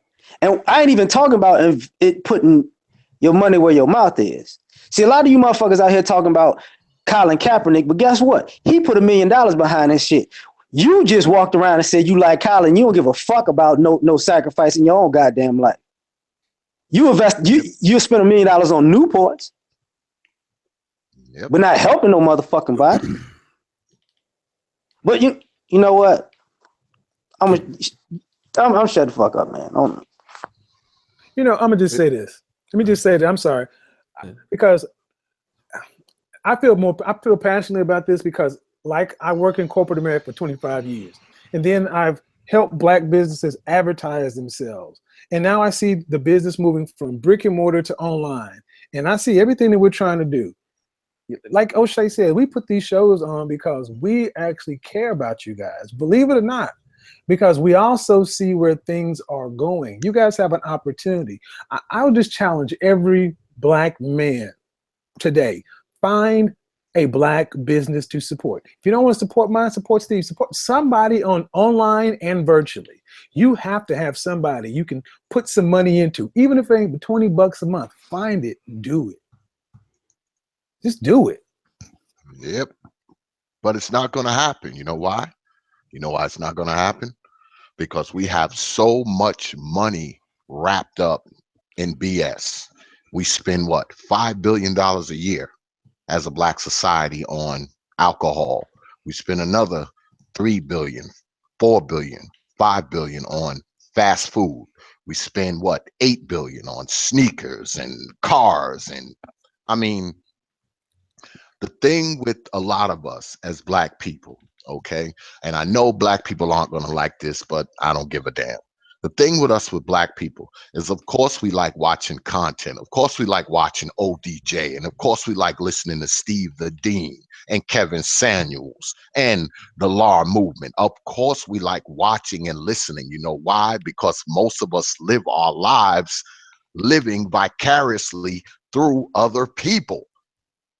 We don't live our own lives. We live through ODJ. We live through Kevin Samuels. We live through Steve the Dean. We don't live our own lives, man. And guess what? Every time we turn on this damn computer and we see ODJ, we see Law Movement, we see Steve the Dean, that gives us life for one more day until y'all pop back up on our computer screen tomorrow. That is the problem with us. I ain't gonna stay on too much longer, man. I'm gonna tell you, man. You brothers, man. We gotta get it together, man. This is what what we're saying. When it came to you hear about the manosphere, right? And I had a pretty good disagreement with another YouTuber who said he started the manosphere, and and I'm gonna talk about that for a minute. I'm not going to disagree that the term came from a particular person, but when you want to be considering what is the manosphere and you don't own anything that's a manosphere directly related site. See, we black people, when we think of ownership, we think about I started a term, or I started a clique of other YouTubers.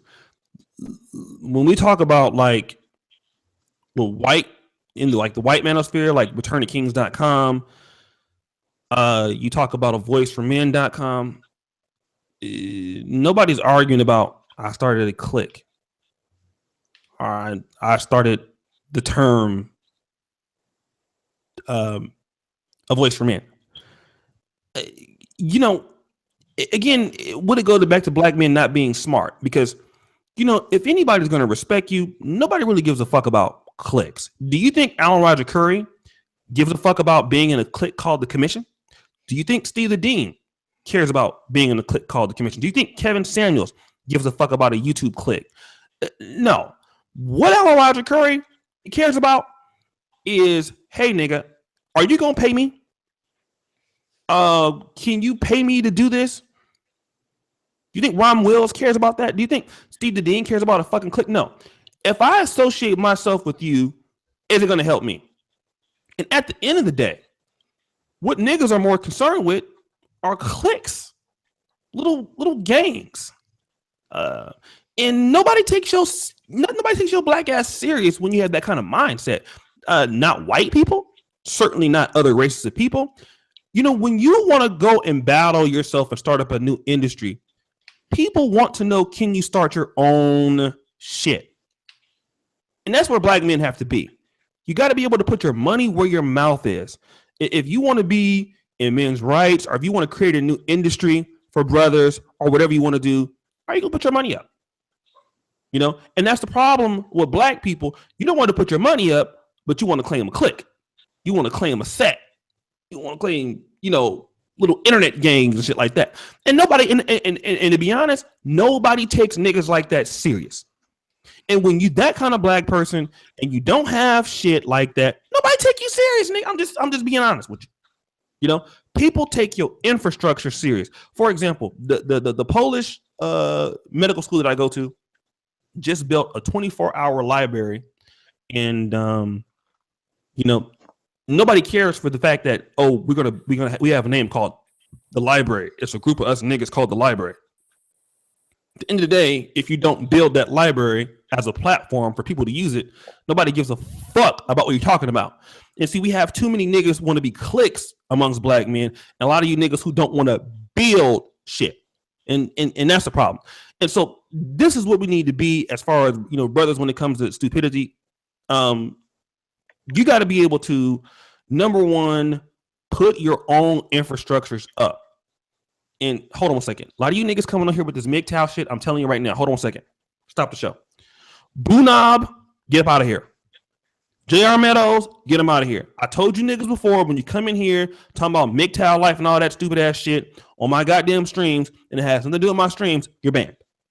And you niggas don't give no money no goddamn way. So you sitting here trolling. Get your bitch ass out my shit. Now, like I gotta say, man, you guys gotta stop being hung up on cliques, fucking names, certain things. And if you want somebody to take you serious, you gotta put your fucking money up. That's all I gotta say. Anybody say anything they want to say? Oh, who's first? I've used my time. I'm done talking to these niggas tonight. I'll go. I'm gonna just say this. Okay. I'm never done. I'm never done talking to black folks. I love telling them this shit. What ODJ is saying is true. I mean, I have some alliances on YouTube. I'm aligned with a few people. You know, I know it's a lot going on in the YouTube streets right now because these YouTube streets are rough. Oh yeah. Okay. And I have alliances with many people. I have alliances with Angry Man. I have alliances with Black Ram 313. I have alliances with these people. And my alliance with them has nothing to do with how I conduct myself, because I can be aligned with anybody and still, like, I'm on here tonight. Mm-hmm. Okay. I'm on here tonight because I have respect for you. Right. Okay. Regardless of how I met you through Angry Man. Mm-hmm. Okay. I met you through Valdez. Me and Valdez, we go way back. Mm-hmm. I met you through him, and he's my brother. But him being my brother doesn't stop me from coming on your stream. Right. Because that's who I am. Exactly. Okay. Has nothing to do with him. Has nothing to do with you. Has to do with me. Okay. And he knows me, so he knows that. And anyone else that knows me knows that.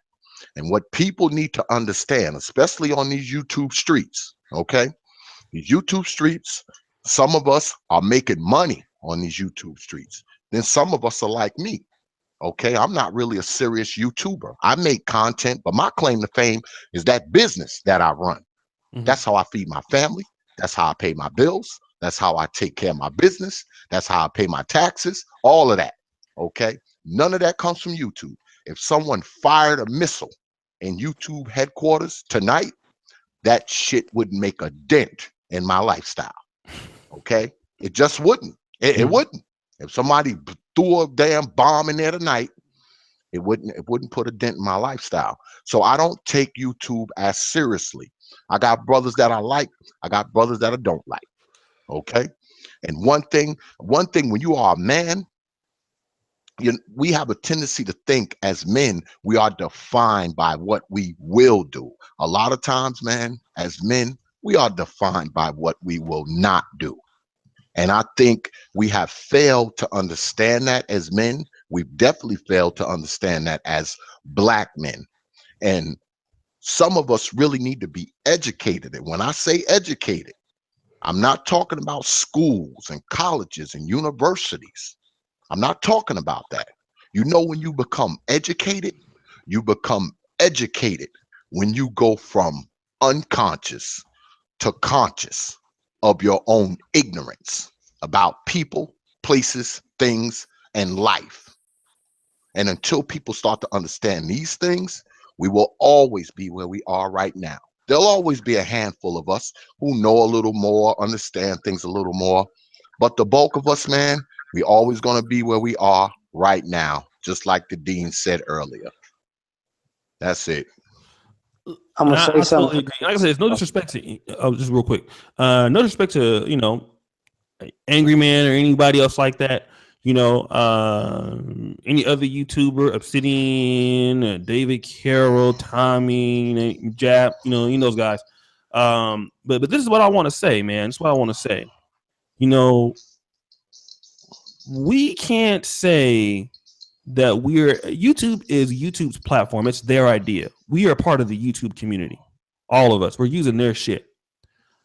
A lot of us as black men, when we want to get into other industries, like I would say the manosphere for black men is an industry because it doesn't exist, but you have to be willing to put that into action outside of YouTube.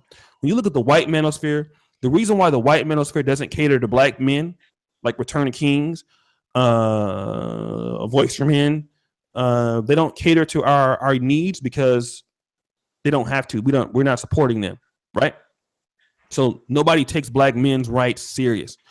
If you think that black men's rights are going to be taken serious, like on YouTube, that's childish because any individual channels can be shut down by YouTube. But black men have to be in a position where they represent their own needs and their own wants outside of YouTube, and building their own platforms for their own entertainment. I totally agree with City when he says this, their own radio shows outside of YouTube. That's how people take you serious. Tom Likas, look at Tom Likas, supported by mostly white dudes, his own shit outside of YouTube. And see, Tom Likas doesn't need YouTube. Howard Stern doesn't need YouTube. And brothers, do we have a show like that? We don't have one syndicated radio show that's for us outside of YouTube or outside of Ustream or something. We don't have, it doesn't exist. And see, that's the hard work that I want to talk about that we need to be able to do. And if you want people to take you serious, especially black women, hey, black women are never going to take you serious, man. If you don't take yourself serious, they're going to treat you the way they've been treating you. That's just, they don't have any reason to take you serious if you don't take yourself serious or your group. So let me do this real quick. Who else has something to say? I'm sorry. I'm going to say something quick and be done with it. Okay. For the last at least 30 years, we've been exalting people who promote dysfunction and dumb behavior. We've been promoting them, marketing them, loving them, supporting them. Not realizing after that's over with, even they don't want to be like that. Even they are not gonna continue in that dysfunction. They'll sell it back to you, but they don't do that shit. So we need to stop being stupid with ourselves. Because guess what? Dr. Dre ain't gonna be he not living a chronic life, motherfucker, Like Snoop, yeah, murder was the case until he got a case, and motherfucker said, I don't want to do that shit no more. No, sure didn't. Sensual seduction. All of a sudden now, you hear it? Right? Yeah, so that's what that has to do with our intelligence. That shit ain't that cool if the motherfucker that you are following, everybody still want to be Tupac, except your ass don't want to get shot in Vegas, do you? No, you damn sure don't. So, just be real about it, man. That's why we're dumb in a sense. I'm gonna shut up, man. I'm sorry. Let me just ask this last question to the panel, because my man Brandon L, not Brandon L, but fuck, I can't even read right now. Let me see. Shout out to Al Bundy. He says, I hear a lot of issues, but what are some fundamental building blocks for these problems? We talked about it already. And Eric P, support the dude. Question for the panel: why is that the Congressional Black Caucus always keeps getting elected to office? You know what? I've heard about the Congressional Black Caucus. I don't really know about that, to be honest. Anybody have any information on the Congressional Black Caucus? I've heard of those niggas before, but I don't really. Gerrymandered. They have gerrymandered districts. I mean, just like any other politician. I mean, they have a gerrymandered district, so their constituents, they pretty much draw it themselves. They're guaranteed to win. When you gerrymander a district, you're guaranteed to win for the most part. The senators and representatives who come together and are supposed to always fight for black causes. But what y'all seem to forget is when Barack Obama was in office, they wasn't fighting for no black causes. Mm-hmm. So, it's the people. One of the Rangel got in trouble for that bullshit because he was trying to hustle and all that other shit. Charlie Rangel? Mm-hmm. Yeah. Like, they are. This is how when people talk about your elders sold you out, the Black Caucus is that. Because you don't hear the Black Caucus talking about police brutality. You don't hear the Black Caucus talking about gentrification. You don't hear the Black Caucus talking about hiring. You don't hear the Black Caucus talking about STEM programs for young black people. You don't hear the Black Caucus talking about business loans. You don't hear the Black Caucus talking about shit ever. But them bitches might be in a strip club throwing ones though. But if they were to start doing that, man, if they were to start really talking things that focus primarily on black people, they would be out of office in a second. The next time they come up for election, they're gone. They would be gone. They'd be out because we have no black money in lobbying efforts. Exactly. I mean, if we want to play politics, which would be a whole nother stream, which I thought we probably have 8 people watching it. but talk about how to get politicians and get stuff going. Because if we don't have business and we don't have politics, but we got a corner locked on religion. We got a lot of churches, but we don't even get the money out of our churches. Anyway, O'Shea says all the time, if we're not controlling our business, we're not controlling our image, we're not controlling how we're presented in the media, we're not putting up any money for politics, this is all a bunch of mental masturbation. I want each one of these dudes watching the stream to figure out who they can support. Because I think Craig, or somebody said it the other day in chat, Steve and ARC talking about helping boys become men or helping a man with a man mindset. I'm dressing them, helping them, teach them how to live in the world, and O'Shea is taking it online and making a manosphere and giving them books. You got men right here that you can support. Find more. Oh yeah, full circle to that. Here's also what he said. The second part: why do we keep voting against our own interests? Is it dumb or ignorance? Dude, we'll be here all fucking day talking about that shit. It's entertainment.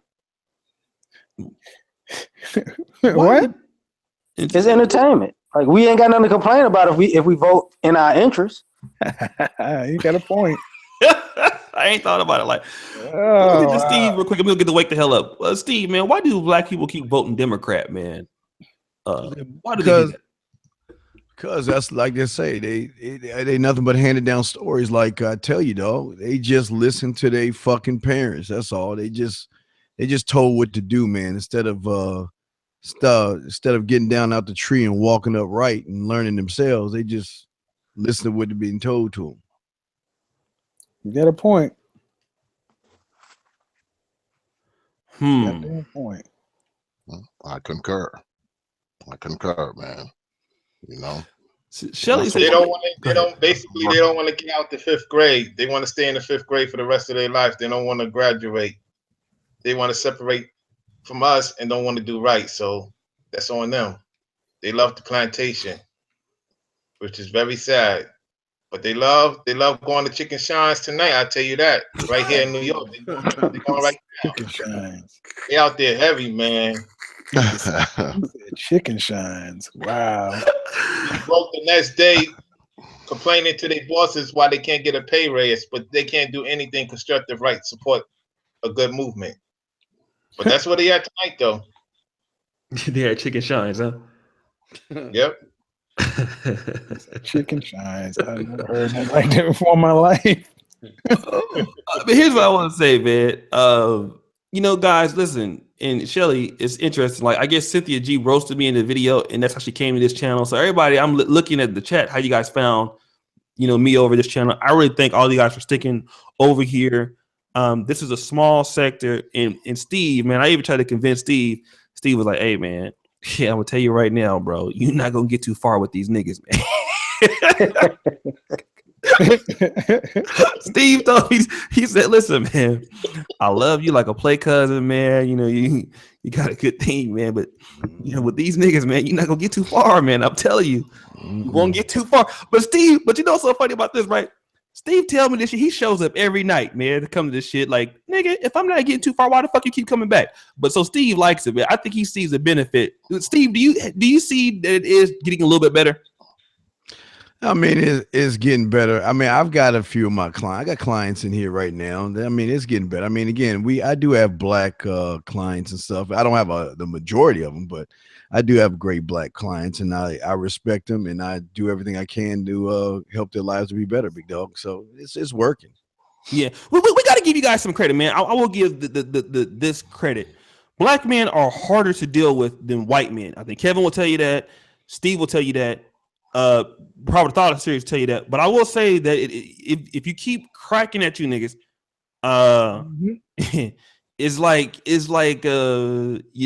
it's difficult, but it does get better. So we are getting more. I'll be lying to tell you that we don't get more support from you brothers. You brothers that do support us are fucking amazing. Yes, sir. That's true. Go ahead, Kevin. I said that's definitely true. We even have black women that support us. In fact, shout out to Ming. She signed on Patreon. John Paul, who's in here every show, man. He's not even a black dude. He's married to a black woman. He hates Democrats too, man. He's very passionate about the black community. He has 9 black kids. So we are getting the support, man. So from certain brothers. Well, now it ain't the same support Cynthia G is getting also, but we do. I'm appreciative, man, for what we have. You know, so you guys are proving Steve to be a little wrong a little bit every day by supporting the podcast. And if you know, when you guys calling, hey Steve, man, I love your show, man, I love you in the show, man, he loves that shit, dude. Oh my god, you talk about conceit, man. Look at that nigga, he got a fucking big ass sign, a picture behind. He loves when y'all call in to say, no, I love me. Fuck y'all. I'm a big fan of the show. He let you talk all long and shit. If you say that, man, he'll let you talk like 10 minutes, man. Steve, man, I love your show. Oh, thank you, big dog. Steve loves Steve, man. I don't know what y'all talking about. So it's getting better, man. It's getting better, man. So I just really want to say that for those of you who support us, man, it's been getting better. Like I said, we are doing, you know, we are doing more from what we're getting. I know for a fact, you know, but we have a survival column now. We just put out an article for those brothers that wanted to read this, how to improve your bench press by 50 pounds, right? I just want to let you guys know the kind of quality of content that we have on the negromanosphere.com. It was written by Marcus Woods, who has a master's of science in physical fitness from the University of Memphis. So check this article out, man. We have this kind of content on the Negro Manosphere. It's not about just black community stuff. It's about finance. We have a whole finance section, a whole health section. Okay. So check this article out. Absolutely right about that bench press one, because I read that a couple of days ago. Yeah, we actually have good shit, man. We have good stuff. We have a survival column. We have at least 7 or 8 articles on there. We signed up for, you know, we have a lot of stuff, man. So, you know, we do give back. This sector of Black YouTube gives back. We don't just keep your money and say, oh, we're going to create a documentary that shit don't come out.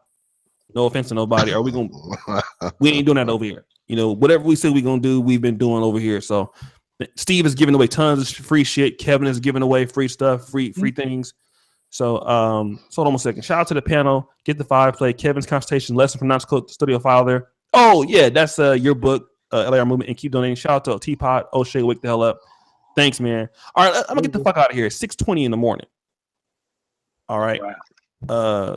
In Poland. So let's close the show, you guys. We'll be on tomorrow. Hey, let's do a show on this whole Kevin Hart situation. This nigga. We gotta talk about that. What do you think about that, Steve? No, I wasn't ready. Yeah, I'm good with that. I think he just being a man. He should never got fucking married. He should be fucking. You know, if I was Kevin Hart, I'd just go around fucking up marriages. I'd be like, hey man, I'll give you a bitch $2,000. You suck my dick now.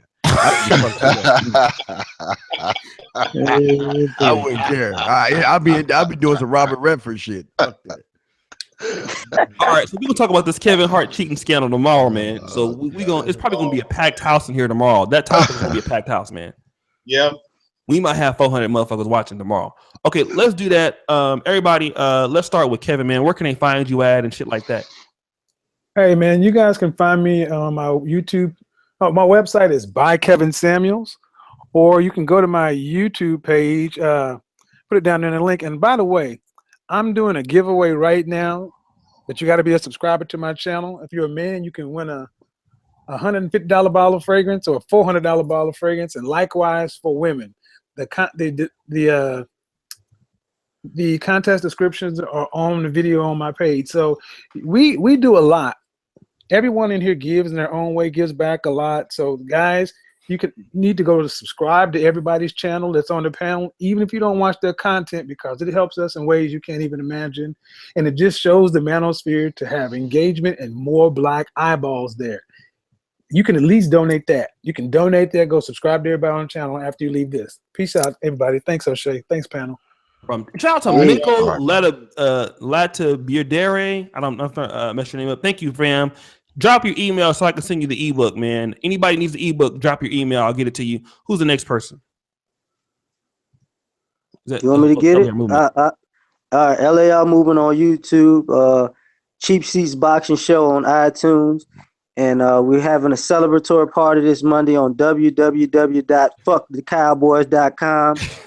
We got yeah. It's always personal with them Cowboys, man. I'm a hater. It's some personal ass shit going on in this bitch.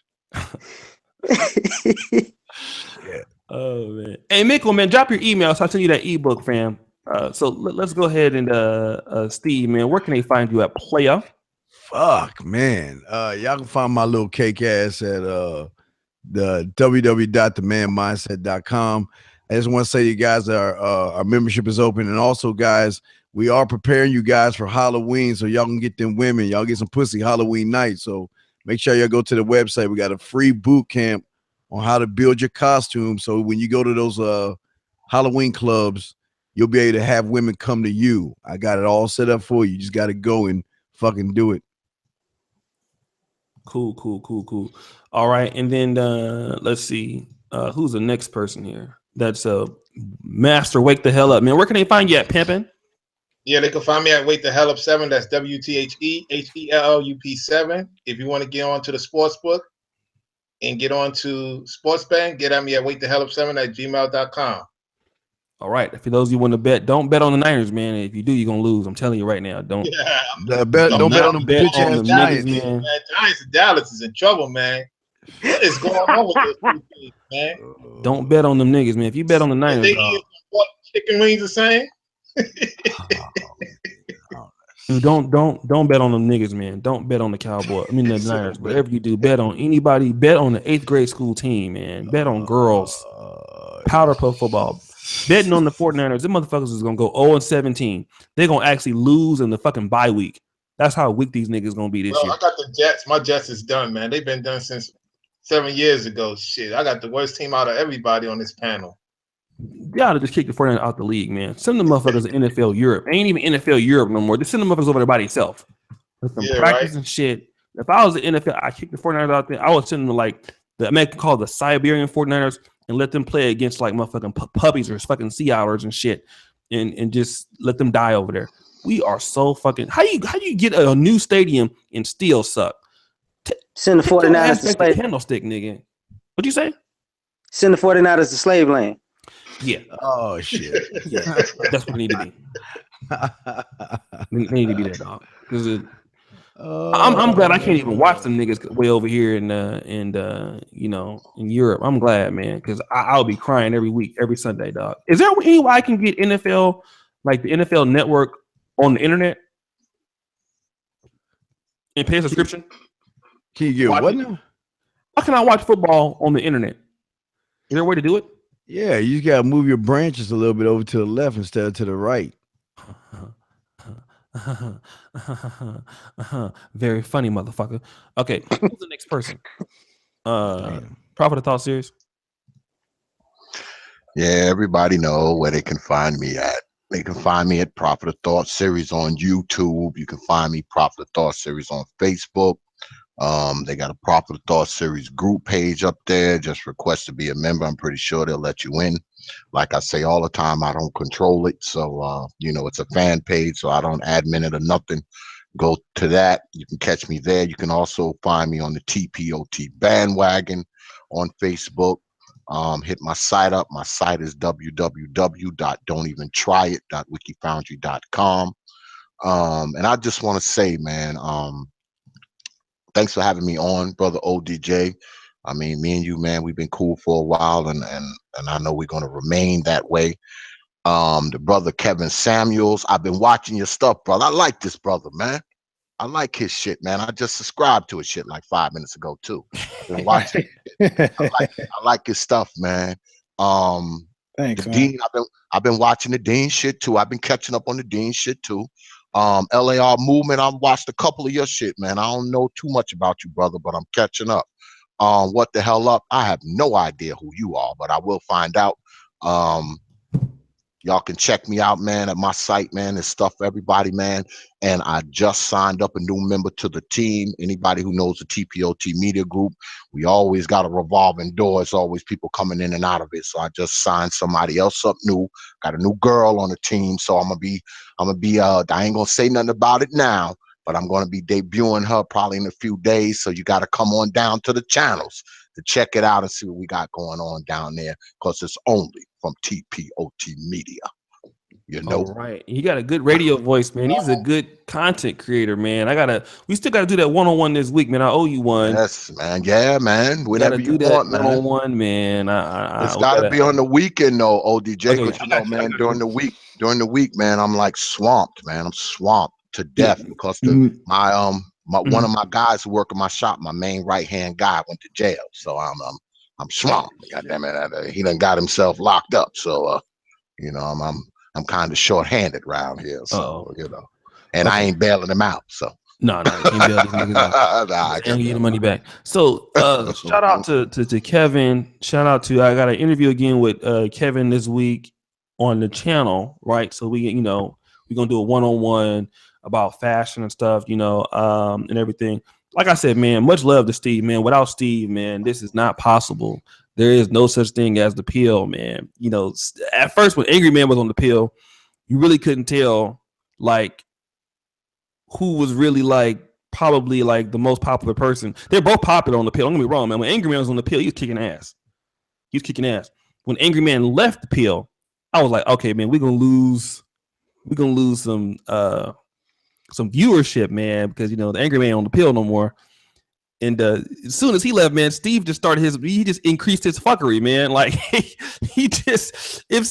when Angry Man left, dude, Steve just got worse. You know what I'm saying? And Steve is the most talked about person in the manosphere right now. Like in the black manosphere, go to anybody's comment section, man. Oh man, did you see Steve on the fucking Brother Pill? Man, fuck Steve. Read the comments, dude. Like after every show. Yeah, they don't like my ass. Oh my god, dude. Man, fuck Steve. Man, fuck him. I hate his ass. Yes. And, but they can't stop watching, dude. So Steve makes this fucking show, and all you brothers make the show too. You know what I mean? Don't get me wrong. But Steve was that motherfucker, man, that every day he's here to start some shit. And Steve is definitely the star of this motherfucker, man. Ain't no doubt about it. I ain't no star. I'm just the monkey in the middle, dog. Steve is the star of this shit. He's the brother they love to hate, man. I'm telling you, they love to hate on Steve. Dude. They love to hate on the team. Yeah, dude. It's like Steve is the motherfucker that everybody hates. And like Kevin and LAR Movement, they're like the voice of reason and shit. And I'm the motherfucker that kind of steers everything and to keep the questions going and shit. It all works in this kind of unique brand of fucking Brother Pill fuckery that we got going on. When is Slave Land shirts coming out? You know what? We're gonna stop the show. It's okay. It's at least been 2 shows, man, that I had to take off the internet fucking with Steve. I can never put them back up. Because Steve will say some shit, man. I have to look, we gotta stop the show right now. For fear of getting flagged, we gotta stop the show right now. Yeah, I know that's right. Shit. All right, y'all. So listen, man, we're gonna be on tomorrow talking about the Kevin Hart thing. Thanks so much for everybody, man. I gained this show. Shout out to Ming. This show, man, I got actually 3. This never happened to me before. We got 3 Patreons on this show. All $5 pledge except for 1. Thank you guys, man. This really helps as we are getting towards the new ebook. Even though Steve said I should never give it to you for free, he said that. He said, "Fuck you guys." Yep, I still buy that shit. But I'm gonna give it to you for free anyway, right? I'm gonna complain about it because you niggas ain't donated enough. But I'm gonna still do it because I want to have something to say. So thank you guys for your support. We'll be on tomorrow with the Kevin Hart situation a little bit earlier, like 6 o'clock Eastern Standard Time. Love you guys. Peace, everybody. I'm going. Hit me up, OGJ. Hit me up, man, for when you want to do this one-on-one, man. Let's rock it on Saturday. I'll email you after the show. And yes, Steve is definitely the Charlemagne of this motherfucking show. He's worse. I ain't shit. Even Charlemagne would be like, he said that for real. All right, you guys. Peace out. Peace.